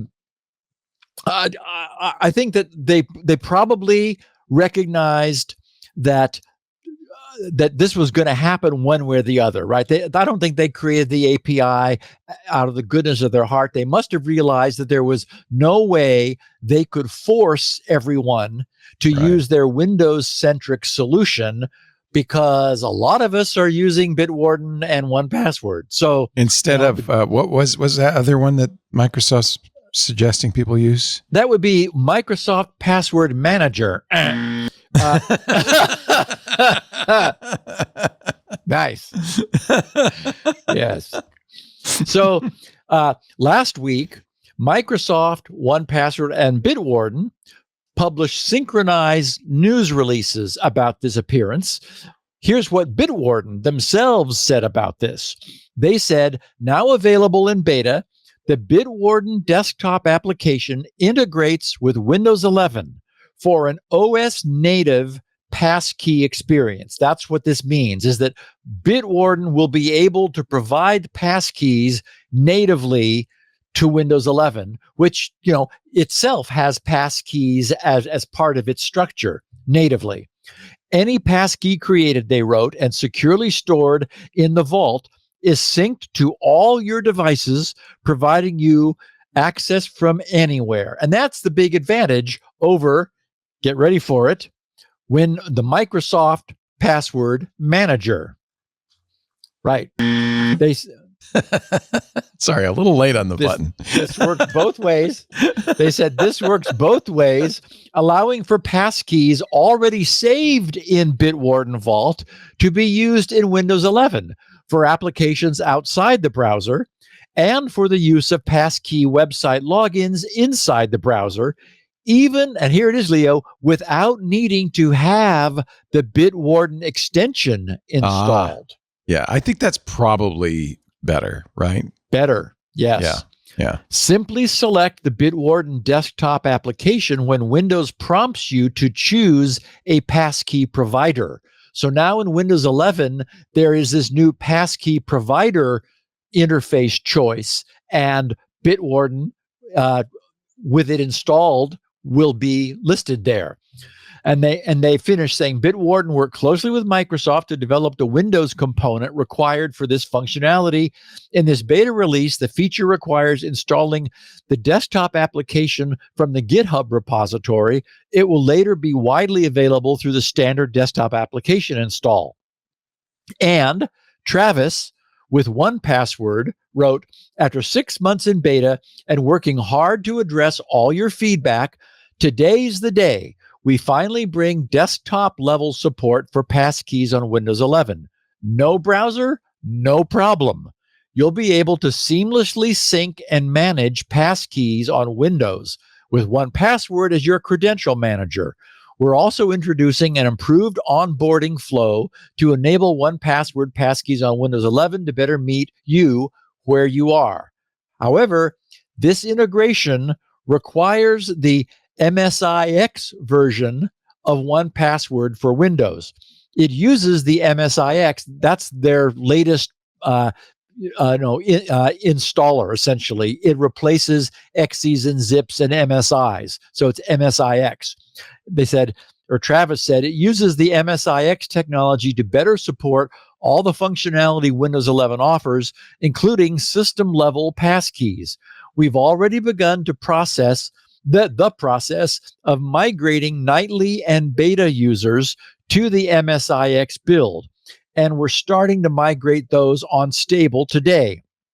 If you'd like to get a jump start, you can download the latest version of 1Password for Windows. He said, try out the new passkeys features on Windows. To try out the new passkeys features on Windows, ensure you're on the most up-to-date version of Windows 11, meaning you have to have this month's update. Download the latest version of 1Password for Windows here, and I've got the link in the show notes. Enable the passkey feature in your desktop app through the new onboarding prompt or with settings autofill and enabling the show passkey suggestions setting. And he says you should be redirected to enable 1Password as the system authenticator. If not, enable system settings, account, passkeys, advanced options, then enable 1Password using the toggle. As of today, the ability to use passkeys is available to all Windows 11 users. We'd again like to thank the Windows security team for partnering with us so closely in order to get this out the door. Try it out and let us know what you think. So I've got 3 links in the show notes, one to Microsoft announcement that has links to everything else, then also the 1Password announcement with their links and the Bitwarden announcement with theirs. So anyway, I know that a lot of people have moved to Windows 11. Lots of our listeners are there. The community is there. And now you can turn this stuff on to get, really, really nice deep integration with Windows. That's very cool. Yeah. Okay, I ran across an interesting piece of news, which was weirdly tied in with today's topic about cellular technology. Here's what the news that was published reported. This is from an organization that got kicked out of Russia, and then all of their staff moved to Europe, where they could continue reporting in an unbiased fashion as they had been. But of course, you can't report in an unbiased fashion if you're in Russia. So really good reporting. They said the Russian Ministry of Digital Development, Communications and Mass Media announced on Monday, that's a week ago, that Russian authorities have begun blocking mobile phones being brought back into the country from abroad for 24 hours in an attempt to undermine Ukrainian drone strikes. The ministry said that the measure had been applied to test mode on Monday, with mobile internet and SMS messages being blocked for 24 hours for anyone returning to Russia from abroad, or for those who have not used their SIM card for 3 days, 72 hours. They wrote, while users should receive a notification informing them of the block via SMS, the ministry did say that internet access could be restored before the end of the 24-hour cooling off period, is what they're calling it, by completing a CAPTCHA set by individual telecom operators. Investigative news outlet Vertska said that two of Russia's largest telecom operators, Megaphone and Beeline, were already warning their customers about the temporary suspension of their mobile data, but said that Beeline link to restore access to data services did not appear to work. So still getting the bugs out of this. The ministry said the measure had been introduced to avoid SIM cards being used to navigate Ukrainian drones. The cooling off period was first reported by Russian business daily Kommersant on Friday, with some experts warning that technical glitches could mean that SMS notifications warning clients about the measure would not arrive, leaving people confused who had just re-entered the country why their phone wasn't working. Last month, the Russian authorities began blocking foreign SIM cards from accessing data networks and texting services for 24 hours after entering the country to enable them to distinguish genuine foreign SIM cards from those being used to navigate Ukrainian attack drones, according to tech specialist media outlet Rodsked. So anyway, I thought that was a pretty clever idea. It's likely to have the tendency, not surprisingly, to false positive somewhat, but Russian citizens will just need to put up with that inconvenience. You know, it's probably better than getting blown up. And since most in-country SIM cards will be persistently connected to Russia's internal network, the idea would appear to be broadly workable. So the idea of not giving any newly appearing SIM card internet or SMS messaging access for a period of time after it first appears, I would call that pretty clever. What's not clear, though, is how this would prevent an enemy drone from using cell towers for navigation. Navigation and communication would appear to be separate. And it was my impression from the reporting that I've seen that Ukrainian drones were using Russia's cell towers to determine their location just by knowing where the towers were and what the relative signal strengths were from the towers. But perhaps there is also command and control happening as well, which is required.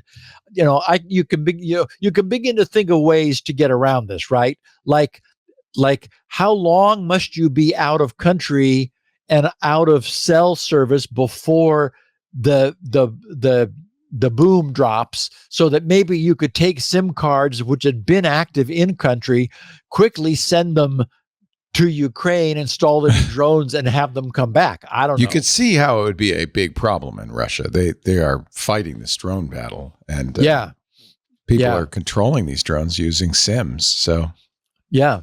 I could see why they want to do it.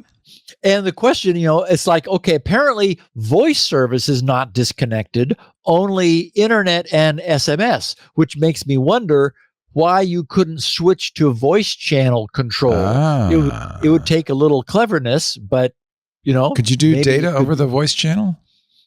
Yeah, exactly, like modems used to, right? Yeah. In fact, SMS uses is data over the voice channel. So right. Yeah. Right. So maybe you like just modems. Identify it differently. Why is that drone's lagging so slow? Well, 300 baud, doesn't give us much control. Right. Google has filed a lawsuit against a Chinese phishing as a service platform called The Lighthouse. The numbers are what caught me up here.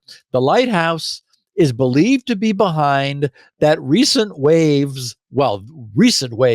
recent waves of SMS spam that targeted users across the world, posing as Google, the United States Postal Service, and other services. The service has compromised, get this, Leo, over 1 million victims across 120 countries. Google is seeking a court order to shut down Lighthouse's infrastructure and seeking injunctions against 25 identified individuals with the organization. And, and I know this thing is out there. Every week or so, as I've mentioned before on the podcast, Lori will show me an SMS message and ask me whether it's legitimate, and it's like, no, they never are. But, more than 1 million victims. Oh, I see them every day. Every day. Yeah. It is a flow. Yep. Not good. Okay. A listener who asked for anonymity, he identified himself as Anon the Moose. He said, to Mr. Steve Gibson, he said, I needed to stop the most recent podcast and pen a reply because I must respond. I also must disclose that I'm unable to speak for my employer or anyone else, including myself. Okay. You can speak for yourself. Speak for yourself. So please refrain from using my name. Oh, okay. I hope that Anon the Moose is not his name, but okay. He said, I won't say I'm old, but I have been messing with computers for only 5 decades or so. Ooh. I don't remember when I first started listening. I know I can't claim number one, but it was definitely in the low 1 or 200s. I'm also a fan of the Twit Network and several of the past and present podcasts. Thank you, Mr. Moose. Yes, Mr. Moose. But your rant today about the demise of XSLT technology is what made me respond. This is not the first time you talk about some format or another about how bad it is, and that how great it is to have it finally going away. If I had a bingo card with the stuff I work on, it would mostly be filled in by now. Oh, dear. Yeah. He says, yes, I understand that interpreters are gaping security holes. I would also like to point out that the metrics the various companies are not accurate when you talk about things in closed environments.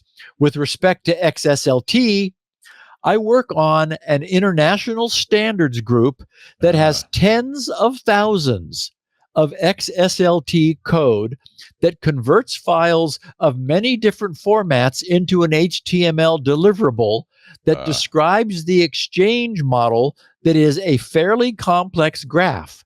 As a side note, there is a significant amount of Leo's favorite language, Lisp, in play too. I bet there is also an ancient code. Yeah. He says, ironically, tomorrow morning I will be in a meeting where my proposal for a new technology stack will be questioned by folks that started working on this project before XSLT was invented. The refrain I always get is, if it works, why change? Sure. Because it will cost millions of dollars and several years to change. In the past, you spent several episodes dancing on the grave of Flash. It turns out it can create a very good UI in a PDF file And when Adobe finally pulled the plug, it killed a set of PDF applications that were used to maintain some expensive hardware. Even further back, you had a minor go at CGM, where people were hiding malware in graphic files. I work in an industry that uses those files for illustrations. And now that they are only uncommon on the web, internally, I need 9+ digits to count them, especially when data retention and archiving is needed. I once wrote a tic-tac-toe game to demonstrate the things you could do with a graphics file. If you want a crystal ball of what will be the next thing to be disallowed, I could look at the other things I have in my development directories to give you an idea of what the world will probably deprecate next. Keep the content coming. It might be what is keeping me sane. Signed, nice. Anon the Moose. Well, so, I guess if you've been working this business long enough, you're probably going to work on a few deprecated technologies. I think that our anonymous moose intends to make the point by way of grumbling about past work that occasionally needs to be tossed into the dustbin of history, that the world is changing and that development is a moving target. That's probably never been more clear than with the relatively sudden rise of AI coding agents. Yeah. It seems that production coding tomorrow is not going to look anything like production coding today. Leo, we're at an hour and a half in. Let's take a break, and then we're going to continue looking at some other aspects from our listeners. Well, maybe this would be a good time to mention Bitwarden, our sponsor for this segment of Security Now. Our favorite password manager. It is a trusted leader in passwords, but also in passkeys and in secrets management. In fact, this is a niche feature, but if you need it, it's great. They recently added the ability to generate and store SSH keys, public and private, within Bitwarden. I have all my SSH keys in there. I can very easily access the public keys to put them on a server, keep the private keys secure, which is really important. And I trust it in Bitwarden. Bitwarden's the place to store stuff you just want complete control of. You don't want anybody else to get. Bitwarden's consistently ranked #1 in user satisfaction by G2 and software reviews. I mean, sure, it does encryption right. It stores everything securely, but if it weren't easy to use, people wouldn't use it. So it's important that it is #1 in user satisfaction. More than 10 million users across 180 countries and over 50,000 businesses.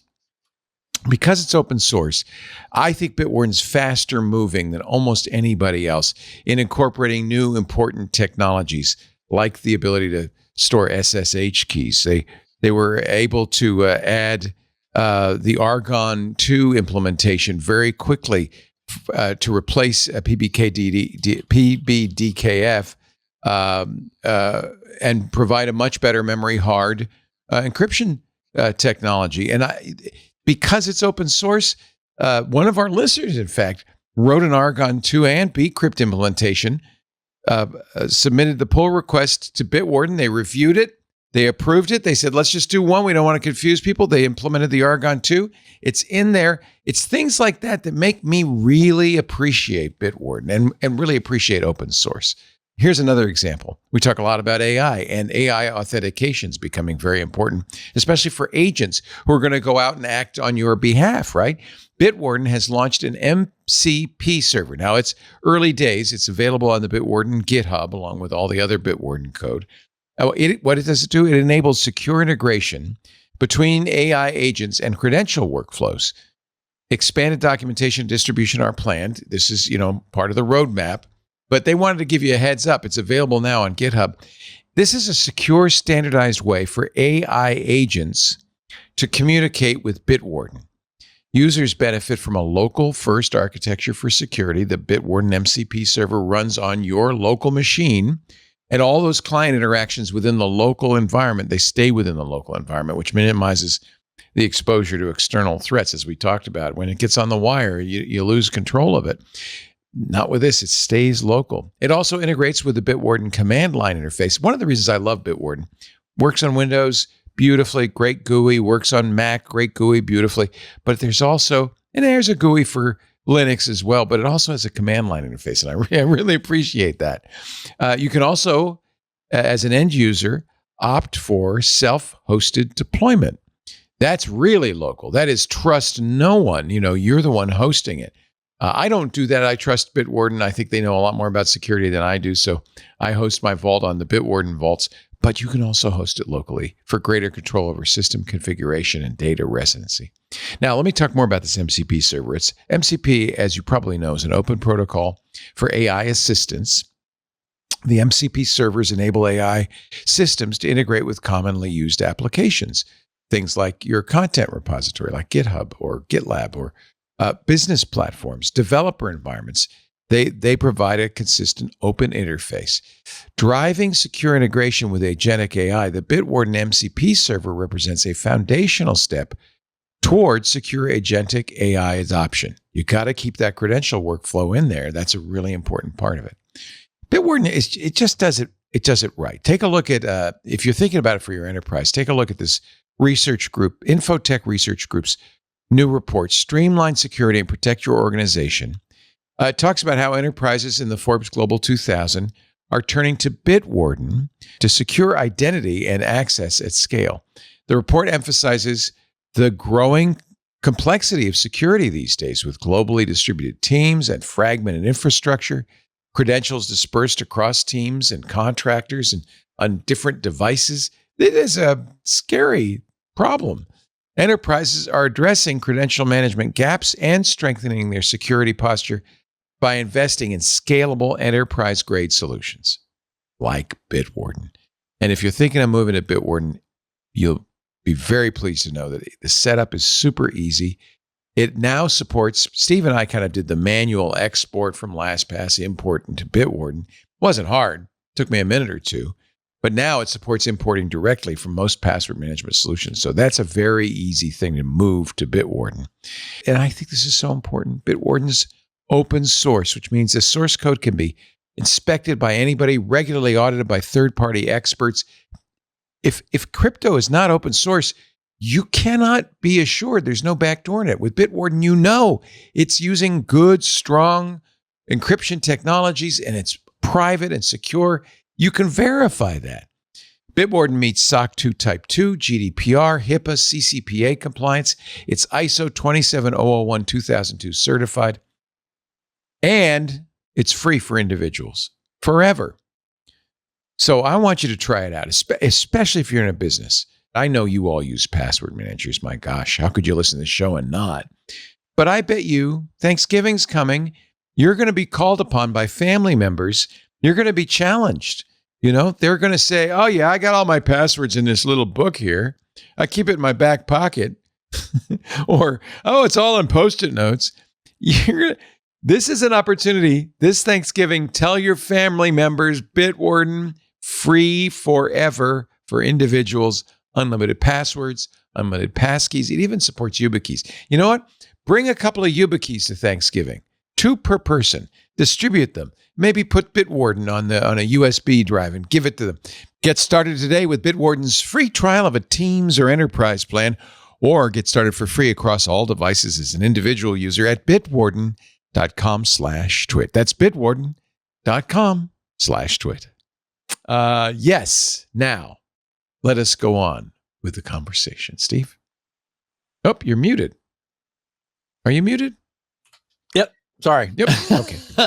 I was typing a little bit while you were. Yeah. Thank you. I appreciate that. Yep. Matt said, Steve, as you have stated, many listeners likely run their own mail server, as you do, and have ventured into the world of SPF, DKIM, and extra hoops Google and Microsoft require, and all of that work.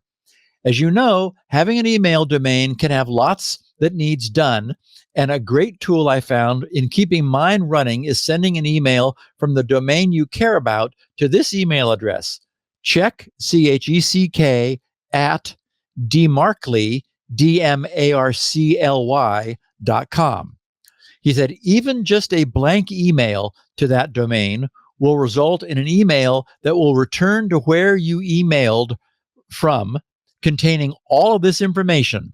The header from the domain using RFC 5322, DMARCs pass or fail, DKIMs pass or fail, alignment, domain, and your selector record. SPFs pass or fail, the alignment and the domain. Beamy, the logo that we talked about. He says, I don't do this on mine, just says no record found, unsure what it would show if you had it installed. I do have it installed, and it showed me my Beamy record. MTA, STS, and TLS RPT. He said, again, I don't do these, so mine just says record policy not found.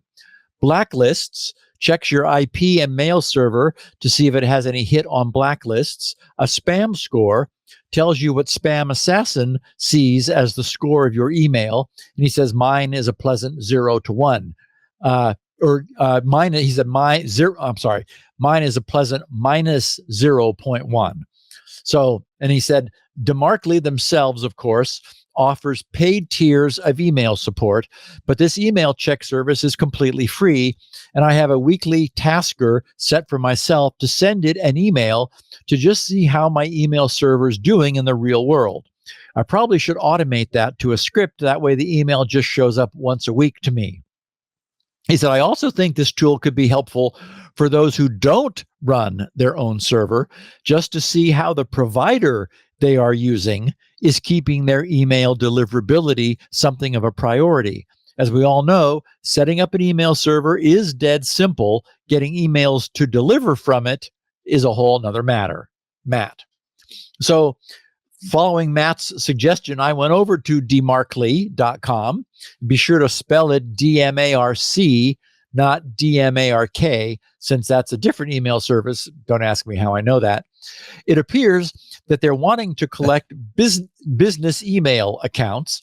I took Matt's suggestion and sent email to check@dmarkly.com, but I didn't receive a reply. Yeah, neither have I. I'm wondering why. Yeah. I figured that I might need to create an account, which Matt might not have known since he may have already had a free account. So I did that, created an email, an alias email for myself, my address, at grc.com. And then I went to DMarkly, created a free account under that alias. And then I received the expected email confirmation, click here to confirm your email and your free account. Then I sent another check@dmarkly.com email from that alias, and that did the trick. I received a very nice and thorough analysis of GRC's SPF, DKIM, and DMARC status, as well as the GRC's Beamy email logo. And for what it's worth, I spent a lot of time looking around DMARC-y stuff, but I didn't run across DMarkly. It has that site, regardless, has a bunch of very nice tests and some advice and educational resources. So to me, it looks like a very reasonable place to learn about DMARC and to test out one's email setup. So thank you for the pointer, Matt. And what matters most to me, as I've said, is that Google now and still blames GRC for absolutely zero of the spoofed email that is apparently continually flowing into them from people pretending to have sent it from GRC.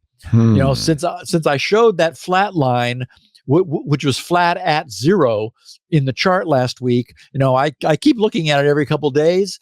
That line is continuing to extend at 0, not a single additional instance of spam. Yet I'm sure that the cessation of spam pretending to be from GRC didn't stop just because I updated my DMARC stuff I set it for strict alignment rather than the default, which was relaxed. And it made a lot of difference. So that's mostly what I care about, because Google, they own email for all intents and purposes. I guess, them and Microsoft. Scott Ulrich, his subject was still getting Windows 10 updates. He said, hey, Steve, I made a point on principle of not doing anything Microsoft required. to obtain Windows 10 updates past October. No storing settings in the cloud, no payments, and I don't have enough Microsoft brownie points to get the extra year. I'm not in Europe, and I still seem to be getting Windows 10 updates. See attached. Curious if others are seeing the same. Cheers, Scott. So Scott attached a screenshot of his Windows update showing two seemingly contradictory things. His Windows 10 machine, I've got that, I duplicated his screenshot in the show notes for anyone who's interested. His Windows 10 machine is reporting that it's receiving a November 2025 cumulative update for Windows 10 version 22H2 for x84-based systems, and it notes that it's KB 507-1959. So this is clearly what Scott was referring to when he noted that his machine was still receiving updates. But then below that, in the screenshot Scott thoughtfully provided, we see the familiar notice, enroll in extended security update, with the explanation, your device is no longer receiving security updates. Enroll now to stay protected and productive for another year. Because of course, you can't be productive unless you have the latest you gotta update. Be protected. Yeah. That's right. Okay, so what's going on here? The key is that specific knowledge base number, KB 507-1959. It turns out that's not what it might appear to be at first glance. Despite its November 2025 date, it is not providing November's security fixes for that machine. Instead, it's repairing a known set of ESU bugs that have been collectively preventing machines from successfully being able to enroll in Microsoft's ESU program, even if users want to. Some of the reports of ESU failure are somewhat comical, since Microsoft will simply report something went wrong. Yeah, Microsoft, something's wrong in Redmond, which is not very satisfying for someone who's panicked about keeping their Windows system up to date and who, Leo, is desperate to stay productive. It's very important. Oh my God. I found some terrific reporting on this over on the Guru of 3D site, where its author wrote, Windows 10 users sticking with the older operating system have one remaining lifetime for security updates, ESU, Microsoft's Extended Security Updates Program. One remaining lifeline, not lifetime. I thought, what is that? Lifeline for security updates, ESU, Microsoft's Extended Security Updates Program. It's designed for systems that cannot move to Windows 11 or for users who simply prefer to stay on Windows 10 a little longer. ESU provides up to 3 years of critical security patches, but you need to be enrolled to receive them. Depending on the device, enrollment can be either paid or linked to Windows Backup, and it also requires a Microsoft account. The problem is not that everyone could enroll. Over the last few months, a mix of bugs made ESU activation unnecessarily difficult. Some users in the EU saw messages claiming the service was temporarily unavailable, even though the program was active. Others, trying to use the free activation method through Windows Backup, ran into a generic "something went wrong" message that stopped the process entirely. These issues appeared right as Windows 10 transitioned out of standard support, which created more confusion during a time when many users were already dealing with upgrade decisions. There were also earlier cases where Windows 10 insisted the system had reached end of life even when ESU was active. Wow. The odd part was that this affected not only standard Windows 10 installations, but also Enterprise LTSC 2021 and LTSC IoT 2021 editions. That's the long-term servicing channel editions that still have years of official support ahead of them. yet they stopped getting support. Microsoft really screwed things up here. But he didn't say that. That's me. He said Microsoft patched those cloud-based configuration errors earlier, but the enrollment bugs continued to cause trouble. Microsoft has now addressed the remaining issues with an out-of-band update, KB 507-1959. This patch fixes the EU enrollment failures and the sign-up errors tied to Windows backup activation. If your device could not enroll in ESU before, this update to Windows 10 is required to restore the system's ability to join the program. On the other hand, if ESU already works on your machine, the patch is not mandatory. It mainly targets systems which were blocked by the earlier bugs. With KB 507-1959 now available, all known ESU enrollment problems should be resolved. Windows 10 users who rely on extended support can finally complete the process without running into misleading warnings, regional availability errors, or dead-end messages. Nothing about ESU's requirements has changed, however, but at least the sign-up path is no longer impeded by those software faults. If you're still running Windows 10 for the long haul, installing this update is worth doing before attempting ESU enrollment again. It ensures the latest security update window Microsoft offers for Windows 10 actually works as intended, especially important for anyone keeping older hardware in service. So that's what's going on. Microsoft's page for this explained that this out-of-band, somewhat emergency update, not only fixed these well-known persistent ESU problems, but it also included all the security updates up through October 14th, when all non-ESU security updating ended. So I wanted to take the occasion of Scott's note to let everyone know what was going on. This fix, which became available last week, will be automatically installed into all Windows 10 machines and should then resolve any remaining ESU enrollment problems. So if that happened to you, make sure, go to Windows Update, make sure that you are as current as you can be. If not, you'll get that last 507-1959 knowledge base update, and then you should be able to enroll in ESU and be updated through October or something or other, middle of October of 2026. And same guy, Scott, added, P.S. There's been talk in recent weeks about going back and listening to previous episodes. I have some experience with this. I found your podcast in 2019 while I was studying for my CISSP during a career change toward a focus on security. I started listening weekly to all fresh episodes, then went back to start listening from episode 1 while exercising and working on projects around the house. It took several of the early episodes before I realized Leo was the same guy I used to watch in high school on Tech TV. Yes, only much better looking now. Yes. All been at this for a while. He said, the episode I started with was episode 723 from July 16th, 2019, and I finally caught up with all prior episodes on October 28th, 2023. So 4 years, 3 months, and 12 days. That's it took dedication. Him to get caught up.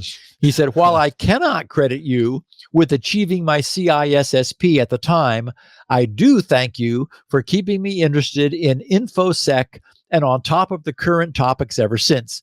Listening to all those old episodes was a great refresher on various IT topics and the evolution of security over the past 20 years. You helped to reinvigorate my career in technology, and I've been happy to support you and Twit as a Twit member since 2021. Yay. Keep up the great work. So thank you, Scott, for the great backstory, and thanks for sharing it.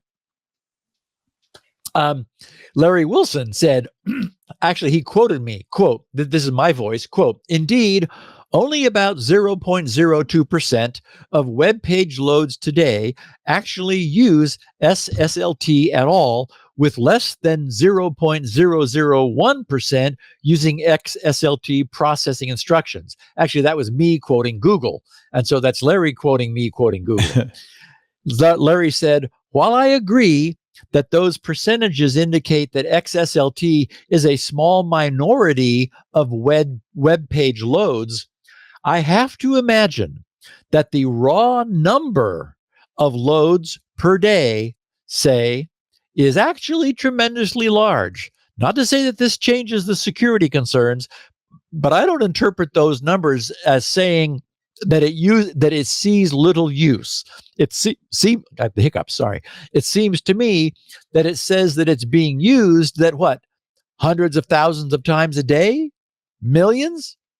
So Larry's point is that even 0.02% of all web page loads, while representing a small fraction of the total, still represents a large absolute value. And of course, he's right. And Lisa Lombardo wrote, I hate to admit it, but I'm aware of enterprise product use of XSLT. Thanks for sharing this so I can forward this news. Thank you, Lisa. So as I noted last week, I suspected that within the reach of our listeners would be people who were actually using and still depending upon XSLT or knew of others who were. And when I say still depending upon, that's kind of unfair, right? Because it has been a universally supported standard from the day of its original release. So there's no reason for anyone to not still be depending upon it, except, of course, that everyone listening is now aware that some re-engineering of those existing aging solutions is going to be required. What's going to happen for those who are not listening to this podcast or who are not tapped into some similar source of information is that come March,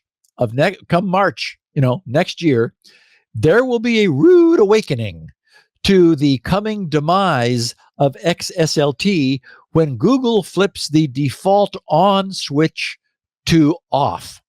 Suddenly, all those facilities serving pages that are being displayed only thanks to the XML to HTML translation provided by those built-in browser features will fail.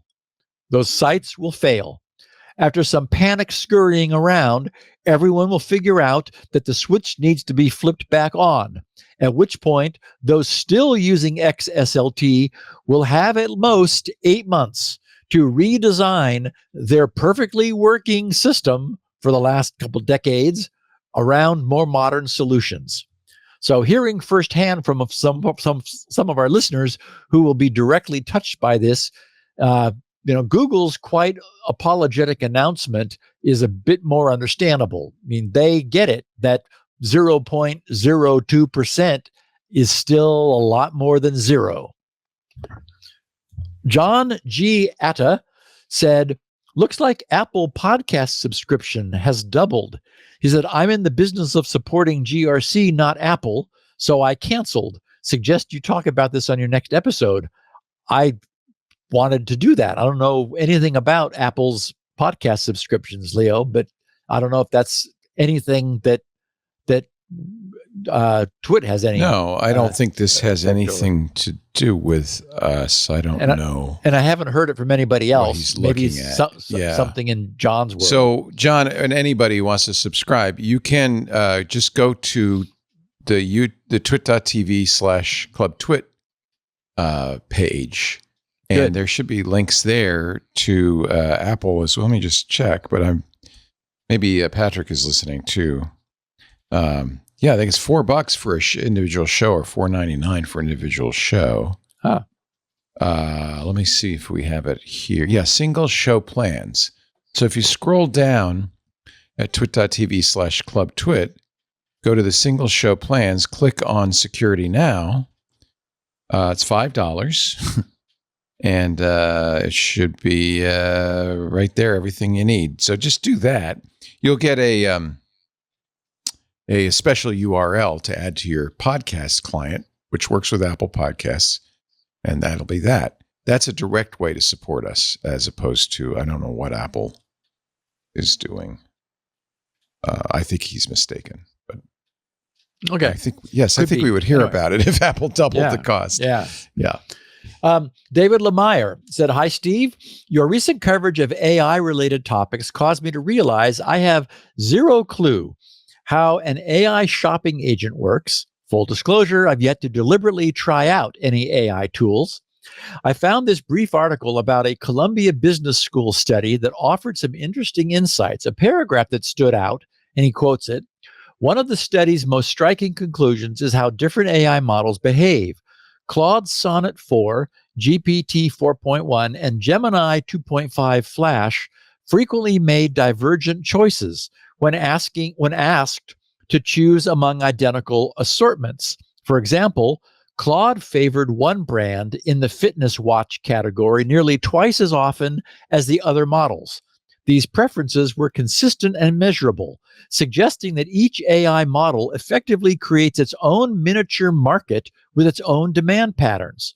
Always love your work, David." So thanks, David. His quote from Columbia and the surprise that might first be felt causes me to note that with AI, we're no longer working with the sorts of computers that we always have before. With a computer, we assume that there's one right answer. So we might at first be inclined to imagine that asking 3 different AI models to select, for example, the treadmill that offers the most value for the price, they ought to all converge to the same conclusion. But of course, we know better. If we ask 3 different people the same question, we'll likely get 3 different answers.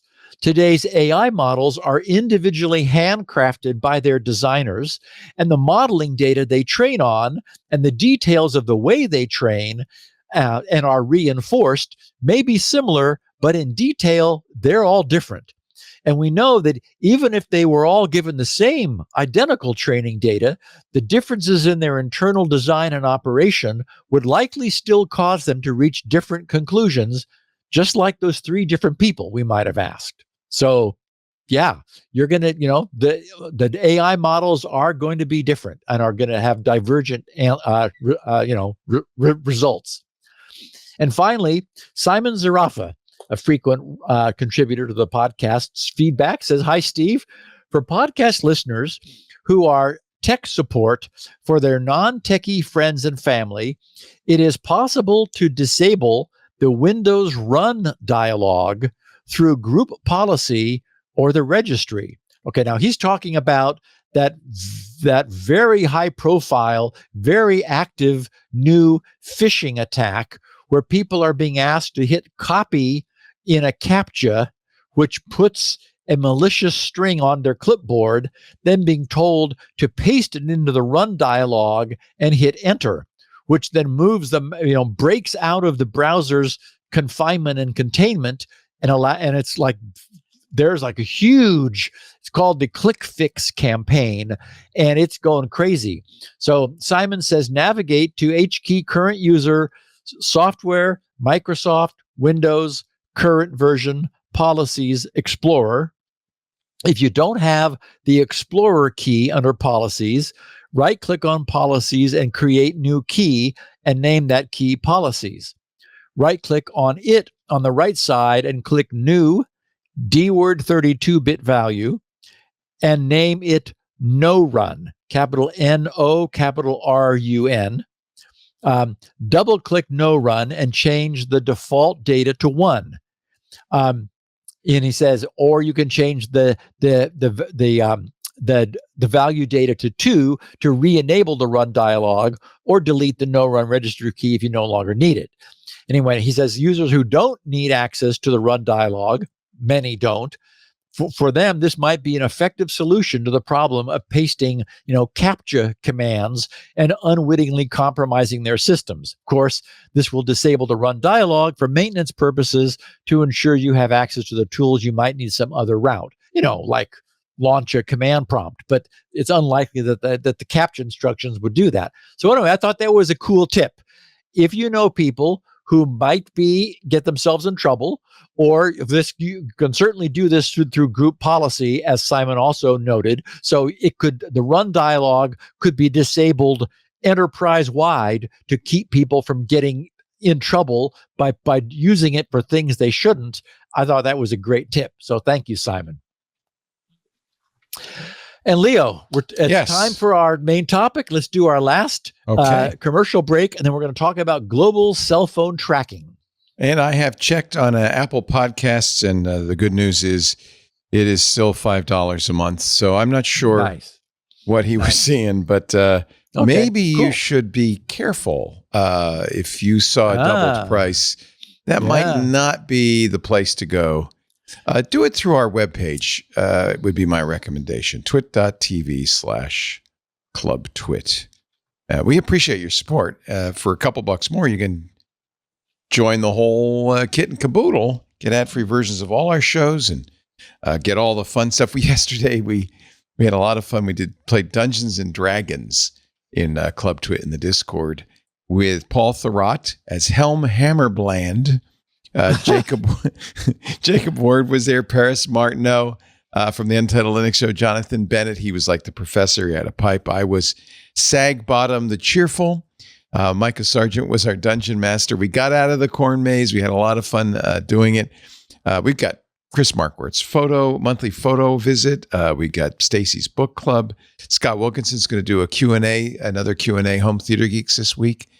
Micah's Crafting Corner is tomorrow. I mean, there's always something going on in the club. And with $7, actually, did I say 7? It is now $10 a month. I apologize. $10 a month. If you're grandfathered in, if you had a membership, you know, at the $7, we're going to keep you at $7. But for new members, $10 a month.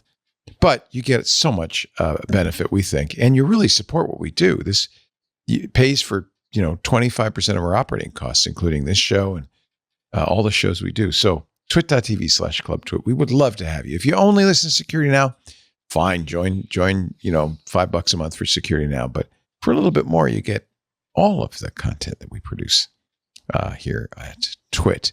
Now, let me talk about our sponsor for this segment of Security Now, Delete Me. We use Delete Me because I realized that all of that data, all that information that's about us, that's online through data brokers, is more than just a privacy issue, more than just an annoyance. It's actually a security issue. It's being used by bad guys to target you with phishing attacks, with text messages, and it happened to us. And so we immediately signed up for Delete Me for our management because we don't want to be hacked. If you have ever searched for your name, you know how much personal data is out there for anyone to see. Your name, your contact info, but even more, your social security number. And it's not expensive. It's like $1.50, your home address, information about your family members. Data brokers compile this completely legally because we don't have a good privacy framework in the United States. And they sell it online to the highest bidder, which could be a marketer, sure, but it also could be the government, law enforcement, foreign powers. Anyone can buy your private details. And I don't think it takes much imagination to think about how that could go wrong. Identity theft, those phishing attempts I talked about, doxing, harassment. You really should protect your privacy with Delete Me. It's very easy to do. It's a subscription service. It removes your info from hundreds of data brokers. You go there, join deleteme.com/twit. You're going to sign up. You're going to tell them what information you want deleted. So you do give them some information. They need that to find you and to find the data you want deleted. But this is the key. This is their job. This is their business. They will find your data and delete it. Then they will send you regular personalized privacy reports showing what they found, where they found it, what they removed. So you know they're working. You don't want a one-time service. That's not Delete Me. Delete Me is always working for you, constantly monitoring and removing that personal information you don't want on the internet. We just got another email from Delete Me for Lisa saying, hey, we found some stuff. We deleted it. Put it simply, Delete Me does all the hard work of wiping you and your family and your business's information from data broker websites. No one does it better. Take control of your data. Keep your private life private. By signing up for Delete Me, we've got a special discount for our listeners for individual plans 20% off when you go to joindeleteme.com/twit and use the promo code TWIT at checkout. The only way to get 20% off is to go to joindeleteme.com/twit and enter the code TWIT at checkout. That's joindeleteme.com/twit, offer code TWIT. Make sure you get that URL right. There's another Delete Me. It's a different company in Europe. Don't go there. Go to joindeleteme.com/twit. Make sure you put the join in there. Offer code TWIT for 20% off your individual privacy plan. Joindeleteme.com/twit. We thank him so much for supporting Security Now and the vital work that Steve does every Tuesday on the show. All right. Now, back to Steve. So I need to credit today's topic to a listener of ours named Amir Katz, who wrote the following. He said, "Hello, Steve and Leo, longtime subscriber and SpinRite owner, etc. This is about a different type of phone hacking, so you may find this story very interesting." And he sent me a link. It's in the show notes to lighthousereports.com, blah, blah, blah. He says, "It was pointed out in Bruce Schneier's monthly newsletter, to which I'm sure you subscribe as well. Thank you." So I do subscribe, but I subscribe to more than I can consume. And when I'm intensely focused on coding, I fall much further behind. So I didn't see Bruce's pointer to this, but I did see Amir's pointer to where Bruce was pointing. So as usual, I'm primarily driven by technology. That's what I find most interesting. And that appears to be the main reason our listeners keep listening and find this podcast worth their precious time. So when I understood the enabling technology underlying this global cell phone tracking, I just closed my eyes and shook my head. It was so insidious and obvious in retrospect. And I knew that everyone would feel the same way and would get it as I did. So I've trimmed the original report where I could to keep its length under control, but it does contain a bunch of interesting detail that I'm sure everyone will find as fascinating as I did. The piece's title is How FirstWap is the name of this bad company, FirstWap tracks phones around the world.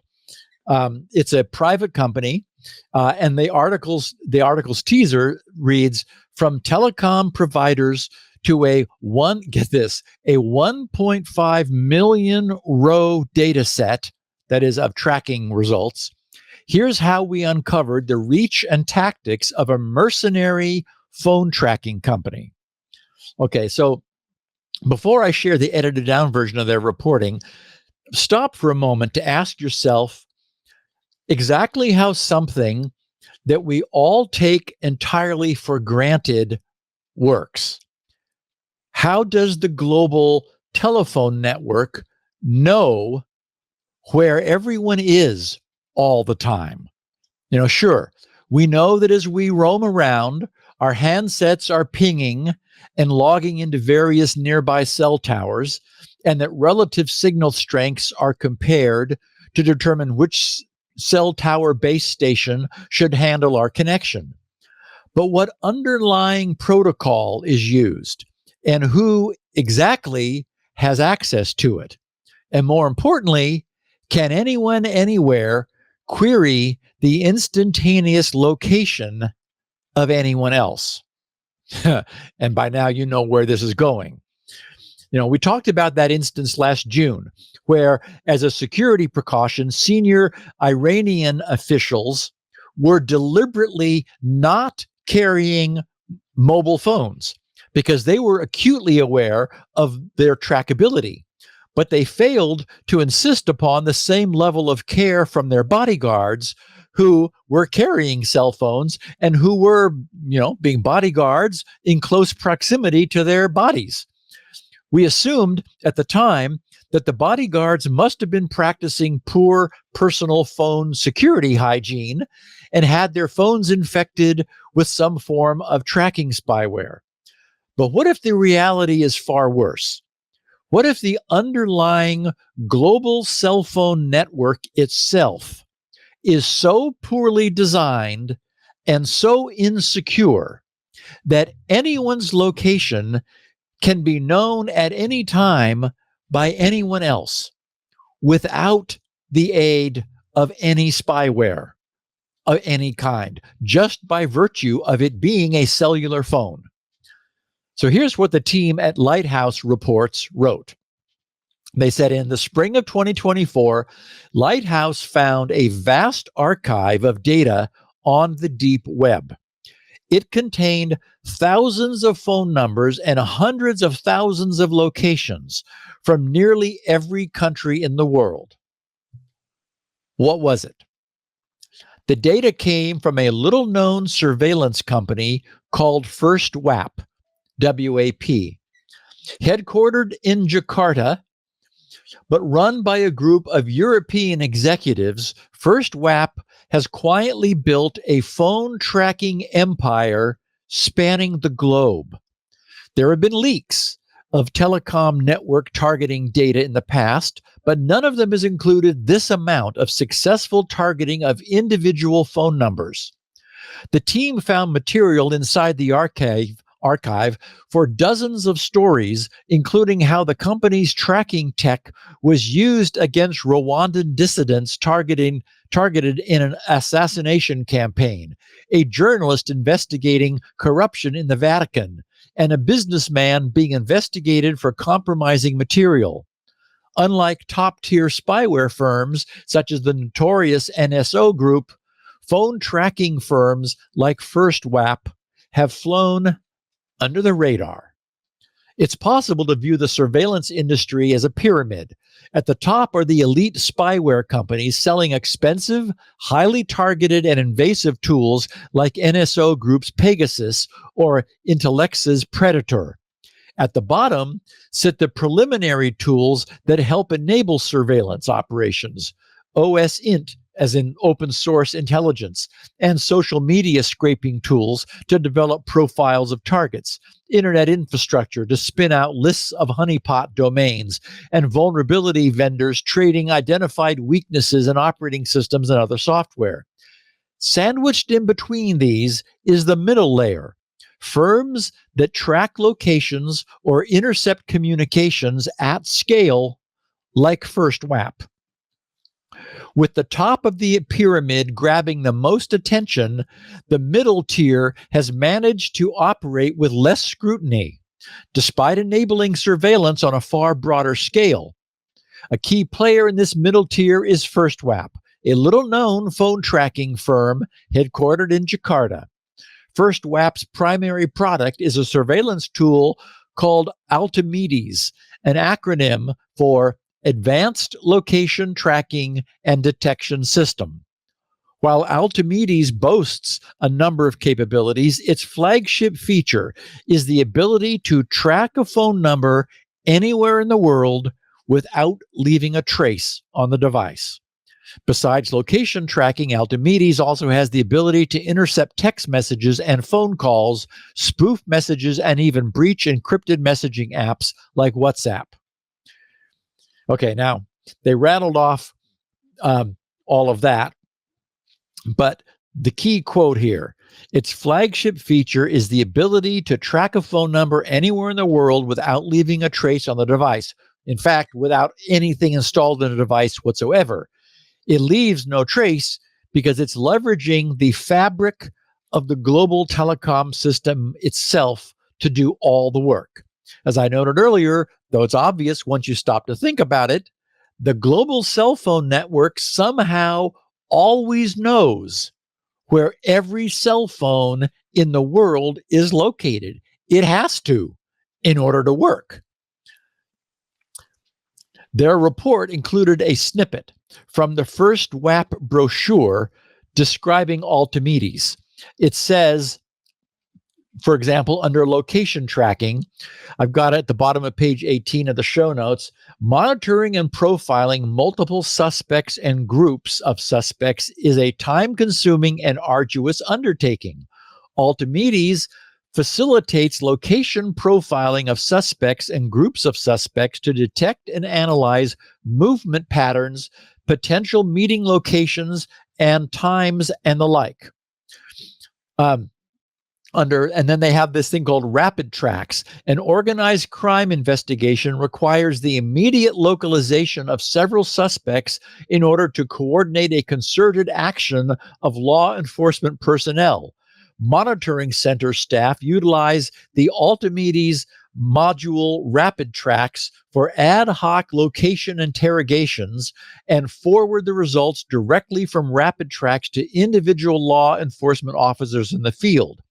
And under selected key features, quick and simple single mobile number location interrogation, detailed location information on maps and in textual format.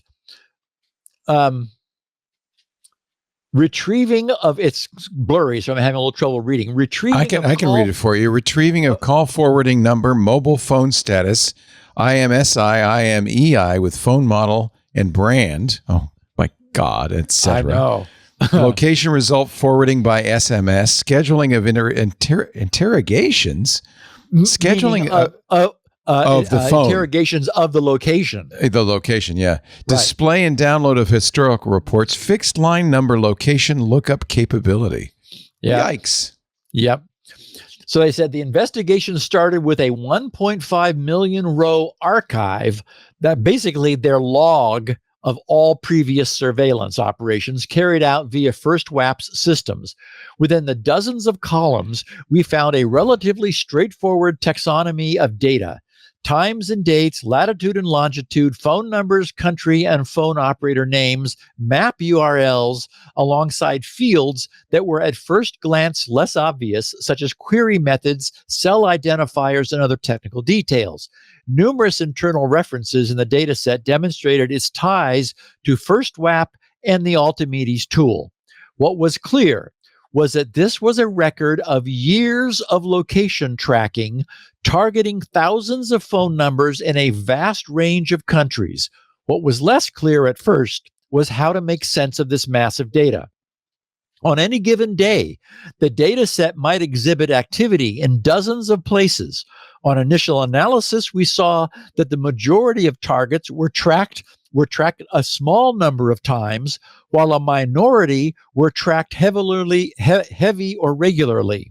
Similarly, while nearly every country in the world featured in the data set, certain regions emerged as clear hotspots, either in terms of total volume of tracking or in terms of number of devices being tracked.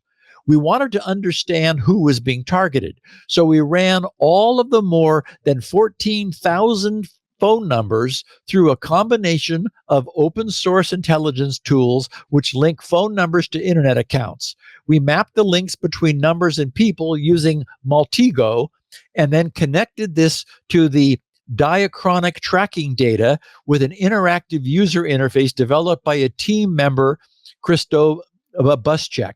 Now, okay, this Maltego they mentioned is a potent open source intelligence and link analysis tool, which is used to discover interrelationships among people, organizations, websites, domains, social media accounts, IP addresses, breaches, and many other entities.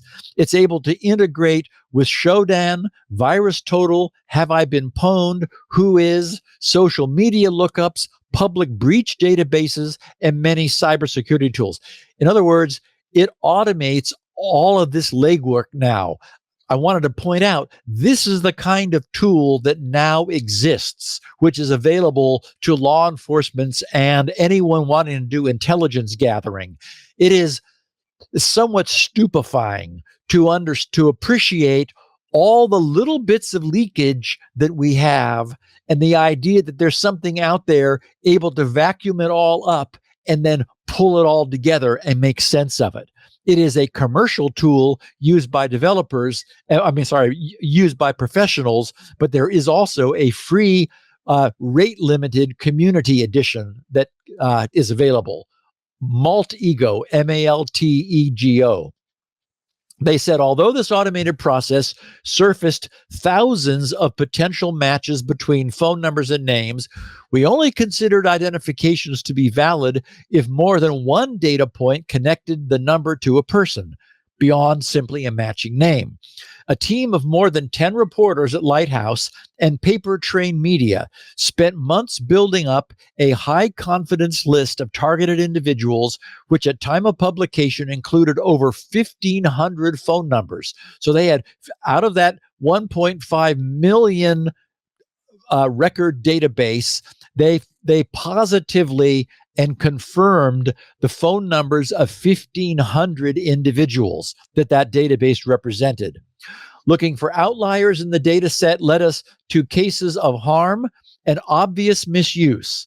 Among the most heavily featured numbers, we came across Anne Wojcicki, co-founder of 23andMe, and at the time married to Google's Sergey Brin, who was tracked more than 1,000 times as she moved across the San Francisco Bay Area.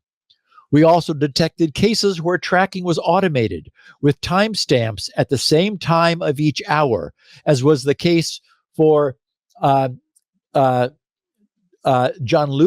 Nuzzi, a well-known Italian journalist who had uncovered a corruption scandal inside the Vatican. While we could see who was being tracked, we could not determine which Altimedes user was carrying out the tracking. So no way to know on whose behalf these individuals were being spied on, essentially, and tracked with just by their phone. The fact that they were carrying a phone with them, no spyware installed.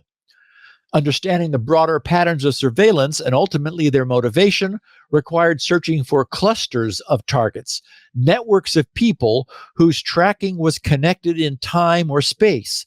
A series of Nigerian election officials, for example, were all tracked in the city of Bauchi ahead of Nigeria's 2011 election. In 2012, meanwhile, the wife of General Faustin Kayumba and the bodyguard of Patrick Kariega, two founders of the Rwanda National Congress, an opposition movement operating in exile in South America, were tracked within minutes of one another. Both men had been targeted for assassination, with Kariega found strangled in a Johannesburg hotel room 18 months after his bodyguard was targeted by Altimedes. As we continued to identify phone numbers, we homed in on a portion of the data set that indicated use in customer demonstrations. This data showed how First WAP's executives or middlemen they had contracted to market their technology tracked themselves and their associates so the potential clients could experience Altimedes in action. In turn, these records allowed us to see the movements of First WAP's salesmen as they hopscotched the globe, interacting with potential customers who themselves were sometimes exposed in the data, either by identity or location. Okay, and now we come to the technology, answering the question, what made all of this not only possible, but feasible and functional? They said, so how did First WAP connect the numbers in the data set to locations? And why did some of the data contain blank locations or unsuccessful location attempts? In contrast to top-tier software like Pegasus, First WAP's Altimedes does not infect a phone. It operates entirely at the level of the telecom network. First WAP's late founder, Joseph Fuchs, realized before almost anyone that by exploiting an antiquated communication system, he could trick phone networks into revealing the locations of their users. And here it comes. Signaling System 7, SS7, of course, is a decades-old set of protocols that allows phone networks to communicate with one another, routing messages and calls across borders. And here comes the phrase we have so often mentioned on this podcast, quote, "It was never designed with security in mind." Right. Right. Just like the internet that came later, in the early days, it was a miracle that it worked at all. Yes. Right? I was like, wow, this stuff works. It works. It's amazing. The fact that it doesn't work securely, there were only 4 people using it at the time, so who needed it? Wikipedia tells us that they said Signaling System 7 is a set of telephony signaling protocols developed in the 1970s that is used to set up and tear down telephone calls on most parts of the global public switched network, the PSTN. The protocol also performs number translation, local number portability, prepaid billing, short messaging service, SMS, and other services. The protocol was introduced in the Bell system in the United States by the name Common Channel Interoffice Signaling in the 1970s for signaling between number 4 ESS switch and number 4A crossbar toll offices. The SS7 protocol is defined for international use by the Q.700 series recommendations of the 1988 by the ITU-T. Of the many national variants of the SS7 protocols, most are based on variants standardized by ANSI and the European Telecommunications Standards Institute, ETSI. Then Wikipedia adds, right on cue, SS7 has been shown to have several security vulnerabilities, allowing location tracking of callers, interception of voice data, intercept two-factor authentication keys, and possibly the delivery of spyware to phones. In other words, FirstWap, the company FirstWap, has weaponized and commercialized the world's dependence upon the original insecure telephony system, which is still in use and will always probably be because it's the lowest common denominator. And one of our lessons of this podcast is these things never die. So what about improvements to the security since then? The report says, starting with it was never designed with security in mind, they said, and while operators have moved to more secure evolutions with 4G and 5G, they still need to maintain backwards compatibility with SS7. This is likely to remain the case for years, if not decades to come. Phone networks need to know where users are in order to route text messages and phone calls. Operators exchange signaling messages to request and respond with user location information. The existence of these signaling messages is not in itself a vulnerability.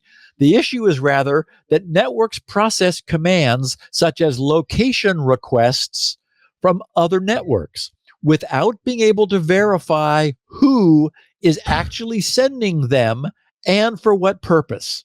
Now, the request you would get would be merely, the information you get would be merely which cell tower is this phone on right now, right? The request would be, is where is this phone number located? And right. The response but that would be by cell tower, right? Yes, the response is by cell tower, exactly. Not triangulation, which is important. Yeah, okay. Right. So these signaling messages, they said, are never seen on a user's phone. They are sent and received by what's known as GTs, global titles, which are phone numbers that represent, they're like pseudo phones, phone numbers that represent nodes in a network but are not assigned to subscribers. Surveillance companies have often leased GTs from phone operators. Yep. And used them to send unauthorized signaling messages into other networks, benefiting from the fact that the signaling messages appear to be coming from the legitimate operator, which owns the GT. So you don't even need a Stingray. You just lease a legit GT. Yep. FirstWap primarily works via in-country installations of Altimedes. In this setup, a government client uses Altimedes via an SS7 link belonging to a local phone operator. The local phone operator provides the GTs, and Altimedes uses these GTs to conduct location tracking domestically and internationally. But the company also offered customers SS7 connectivity through Liechtenstein's national operator, Telekom Liechtenstein, formerly Mobilcom. The first WAP archive shows Altimedes using GTs from Mobilecom to carry out hundreds of thousands of location tracking queries, meaning from Liechtenstein Telecom. Their report then digs into the details of the data they obtained, explaining the operation of the various commands that were issued to the global network. They address the question of abuse of the system by writing, over time, more phone operators have started to install firewalls to counter this type of threat. But maintaining them is complicated, and spotting this type of location tracking request within the millions of legitimate queries sent to an operator's subscribers on a daily basis is challenging. The more legitimate the source, the more likely it is that the operator on the receiving end of the query will let it through. Examination of the data set shows that a considerable proportion of the activity it was sent via Mobilecom Liechtenstein, which has excellent worldwide links to other networks and operating in the heart of Europe, also appears to be a trustworthy traffic source. In response to this investigation, Telecom Liechtenstein, formerly Mobilecom Liechtenstein, said it was unaware of any misuse of its network by what? Who, I don't know. What are you talking about? How much money are we making from them? The phone operator said it had immediately, quote, suspended its business relationship with First WAP, and that, quote, if the allegations are substantiated, the collaboration will be terminated without notice. Wait, I thought they already did. And the company reserves the right to take legal action, unquote. We have no idea. First WAP stated in response to this investigation that First WAP said it has fully complied with the statutory and legal requirements and have also imposed this on our business partners, unquote. And we hear that every time. And you ask anybody about malware. The company stated that it has, quote, never attempted to hack an SS7 stack or similar, unquote, and has, quote, not offered or sold our products and solutions to repressive systems or sanctioned countries or individuals. 1.5 million data records to the contrary. As for the determination of location, they wrote the SS7 commands used do not themselves return longitude and latitude coordinates. Instead, they return a cell ID, which is a unique number assigned to a cell in a mobile network and physically designating a tower or base station. A complete ID is made up of 4 parts: the country, the network, the area, and finally the cell. Cell IDs can be mapped to a longitude and latitude using proprietary or public databases. Governments and operators will maintain their own lists, while there are also publicly available crowdsourced databases such as Open Cell ID. When First WAP installed a system in a country, it requested the client to provide an up-to-date mapping of its domestic cell towers so that Altimedes could convert cell IDs into locations. But as a brochure we obtained demonstrates, the company also offered to facilitate foreign cell ID mapping for its customers, thus allowing them to carry out tracking operations abroad. In the case of the First WAP sales representative cited in the data, the cell ID was successfully mapped and the phone was tracked right next to the headquarters of Nigeria's state security services. The accuracy of such mapping depends on the density of cell towers in an area. In urban areas, such as Union Square in San Francisco, the high density of towers means that individual cell IDs can be quite precisely located. In rural areas, there might be only one tower servicing a much larger area, so the accuracy of the map depends on real-world physical context as well as technical issues of signaling queries. Across the span of this archive, it is clear that First WAP's database of cell IDs was still evolving. This meant that in many cases, Altimedes successfully obtained a cell ID, but was unable to map it into longitude and latitude. In these instances, the tool would either provide no coordinates or would provide an estimated center of a much larger area. And they conclude their investigative report writing, most countries have a legal mandate to carry out domestic phone network surveillance. The first WAP archive demonstrates, however, how phone network connections can be leveraged to allow tracking all over the world without authorization from the targeted networks. In recent years, a number of investigations have explored the ways in which surveillance companies gain access to phone networks to enable this type of tracking. Lighthouse and its partners have previously written about how SS7 abuses were linked to a number of a reporter in Mexico and a crackdown on an activist in Congo, and how they were enabled via leasing of global titles. So anyway, today we've learned that without ever having to have any prior access to someone's cellular phone and without any necessity of installing any sort of spyware or malware, once someone's cell phone number is known, which can often be accomplished through some digging or a bit of skullduggery, it is then possible to track their global movements with the granularity of cell phone towers. So, wow. In past podcasts, we've seen how much damage this form of metadata can do, even lacking any communication content. For example, by simultaneously tracking multiple individuals who may be affiliated, it would be possible to determine when and where they meet by monitoring the convergence of their locations.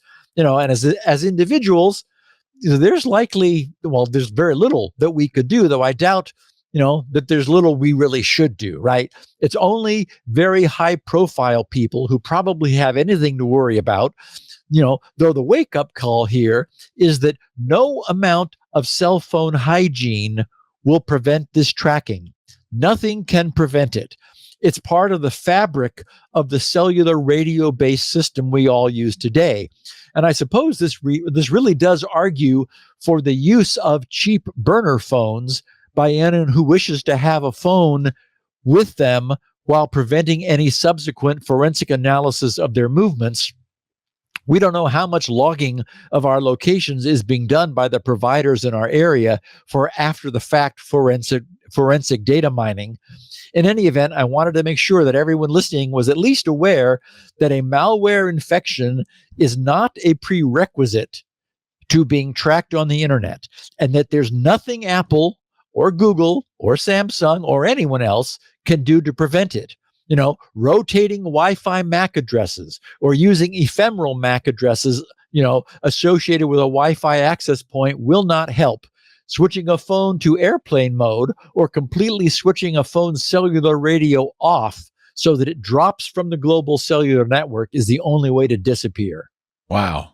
And tracking really is happening.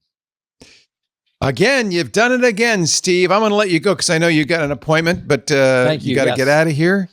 I will take care of the final duties. Sign off for me, and then we will be back next week. Thanks, Steve. Bye, everybody. Bye-bye. Thanks, buddy. We do Security Now, as you probably know. I know you're here listening to it. Maybe you might not be listening live. Every Tuesday, we're right after Mac Break Weekly. So that's about 1:30 p.m. Pacific, 4:30 Eastern, 21:30 UTC. You can watch it live. Now, if you're in the club, of course, you can watch in the Club Twit Discord, but you can also watch on YouTube and Twitch and X and Facebook and LinkedIn and Kick. So those live streams, if you want the very freshest live version of the show, are the way to watch. But honestly, who has time? Ain't nobody got time for that. You should probably get a copy of the show. There are many places you can go. Steve has the show at his website, grc.com, the Gibson Research Corporation. That's where you'll get SPIN, right? The world's best mass storage maintenance, performance enhancing, and recovery utility, currently 6.1. He also has a bunch of other great stuff there. In fact, soon, I think the new DNS Benchmark Pro. So that'll be worth a visit. There's, it's fun just to browse around. When you go to the podcast section, he's got menus at the top, very 1990s looking website. Drop down the menu, you'll see the Security Now show, or just go to grc.com/security now. He has a couple of, actually all the versions he has are unique. He's got a 16 kilobit audio MP3. That's very small, so it's going to be a little bit scratchy. He also has a 64 kilobit audio version. That's a perfectly good mono version of the show. He has show notes, which he will send you via email. I'll explain how you can get it via email, but he also has them linked there so you can download them. And he does incredible, very detailed show notes. Let's see, 23 pages for today's show. All the links, pictures, the picture of the week, everything you need. The show notes are great. You can read along as you're listening, but he also has transcripts written by Elaine Ferris, a real human being. She works as a court reporter. So she's very quick and she transcribes those a few days after the show. Those transcripts will appear on his website as well, which makes it easy to search for terms, things like that. So that's all on grc.com. If you want to get the email of the show notes, go to grc.com/email. Now that page he set up initially to whitelist your email address so that you could send him email. So if you have comments, questions, suggestions, pictures of the week, that kind of thing, you've got to go there first, grc.com/email. Put your email address in there. He goes through some process and validates it, and then you'll be whitelisted to send him email. Otherwise, you're just going to go into the bit bucket. But down below the email address, there are two checkboxes, unchecked by default. One is for that weekly Security Now email with the show notes in it. It goes out the day before the show usually. The other, he's only sent out one email ever. It's an announcement email for when he has new products. Now, the next time you'll get an email on that address it's actually pretty soon as the DNS Benchmark Pro comes out. So go to grc.com/email, put your email in there, get whitelisted, and check those two boxes if you want to get those two emails. We have copies of the show at our website, twit.tv/SN. We have 128 kilobit audio. We also have video. So if you want to watch the show, you could do that there. We do also put the video on YouTube, youtube.com/Security Now. Actually, if you go to youtube.com/twit, there's a link there to all the show's individual YouTube channels. That's useful if you want to share clips. And this is one show I think people are often sharing clips with friends, family, coworkers, bosses. That's easy to do. Everybody can see a YouTube clip. So if you want to clip something there, that's the place to do that, the YouTube channel for Security Now. The most practical solution, if you want to listen to every show, is just subscribe in your favorite podcast client. Yes, we're an Apple Podcast, but also Pocket Cast and Overcast and all the other podcast clients. We even have links at twit.tv/SN to some of the big ones, or simply the RSS that you can paste into any podcast client. That way you'll get it automatically. You could choose the audio vintage version, the video version, or both. Let's see, what else? If you're not a member of the club, please join. We'd love to have you. You'll get special URLs for all the shows, including this one, without ads. And as I mentioned, it is still $5 to subscribe to this show alone. You can either do that on our website. That would be our preferred method, twit.tv/clubtwit, or go directly to Apple Podcasts and subscribe there. I think that's everything. We'll be back next Tuesday. I hope you will too. You don't want to miss a single episode. Every single episode, chock full of information you need to know. On behalf of Steve Gibson, grc.com, I'm Leo Laporte. Thanks for watching. We'll see you next week on Security Now. Security Now.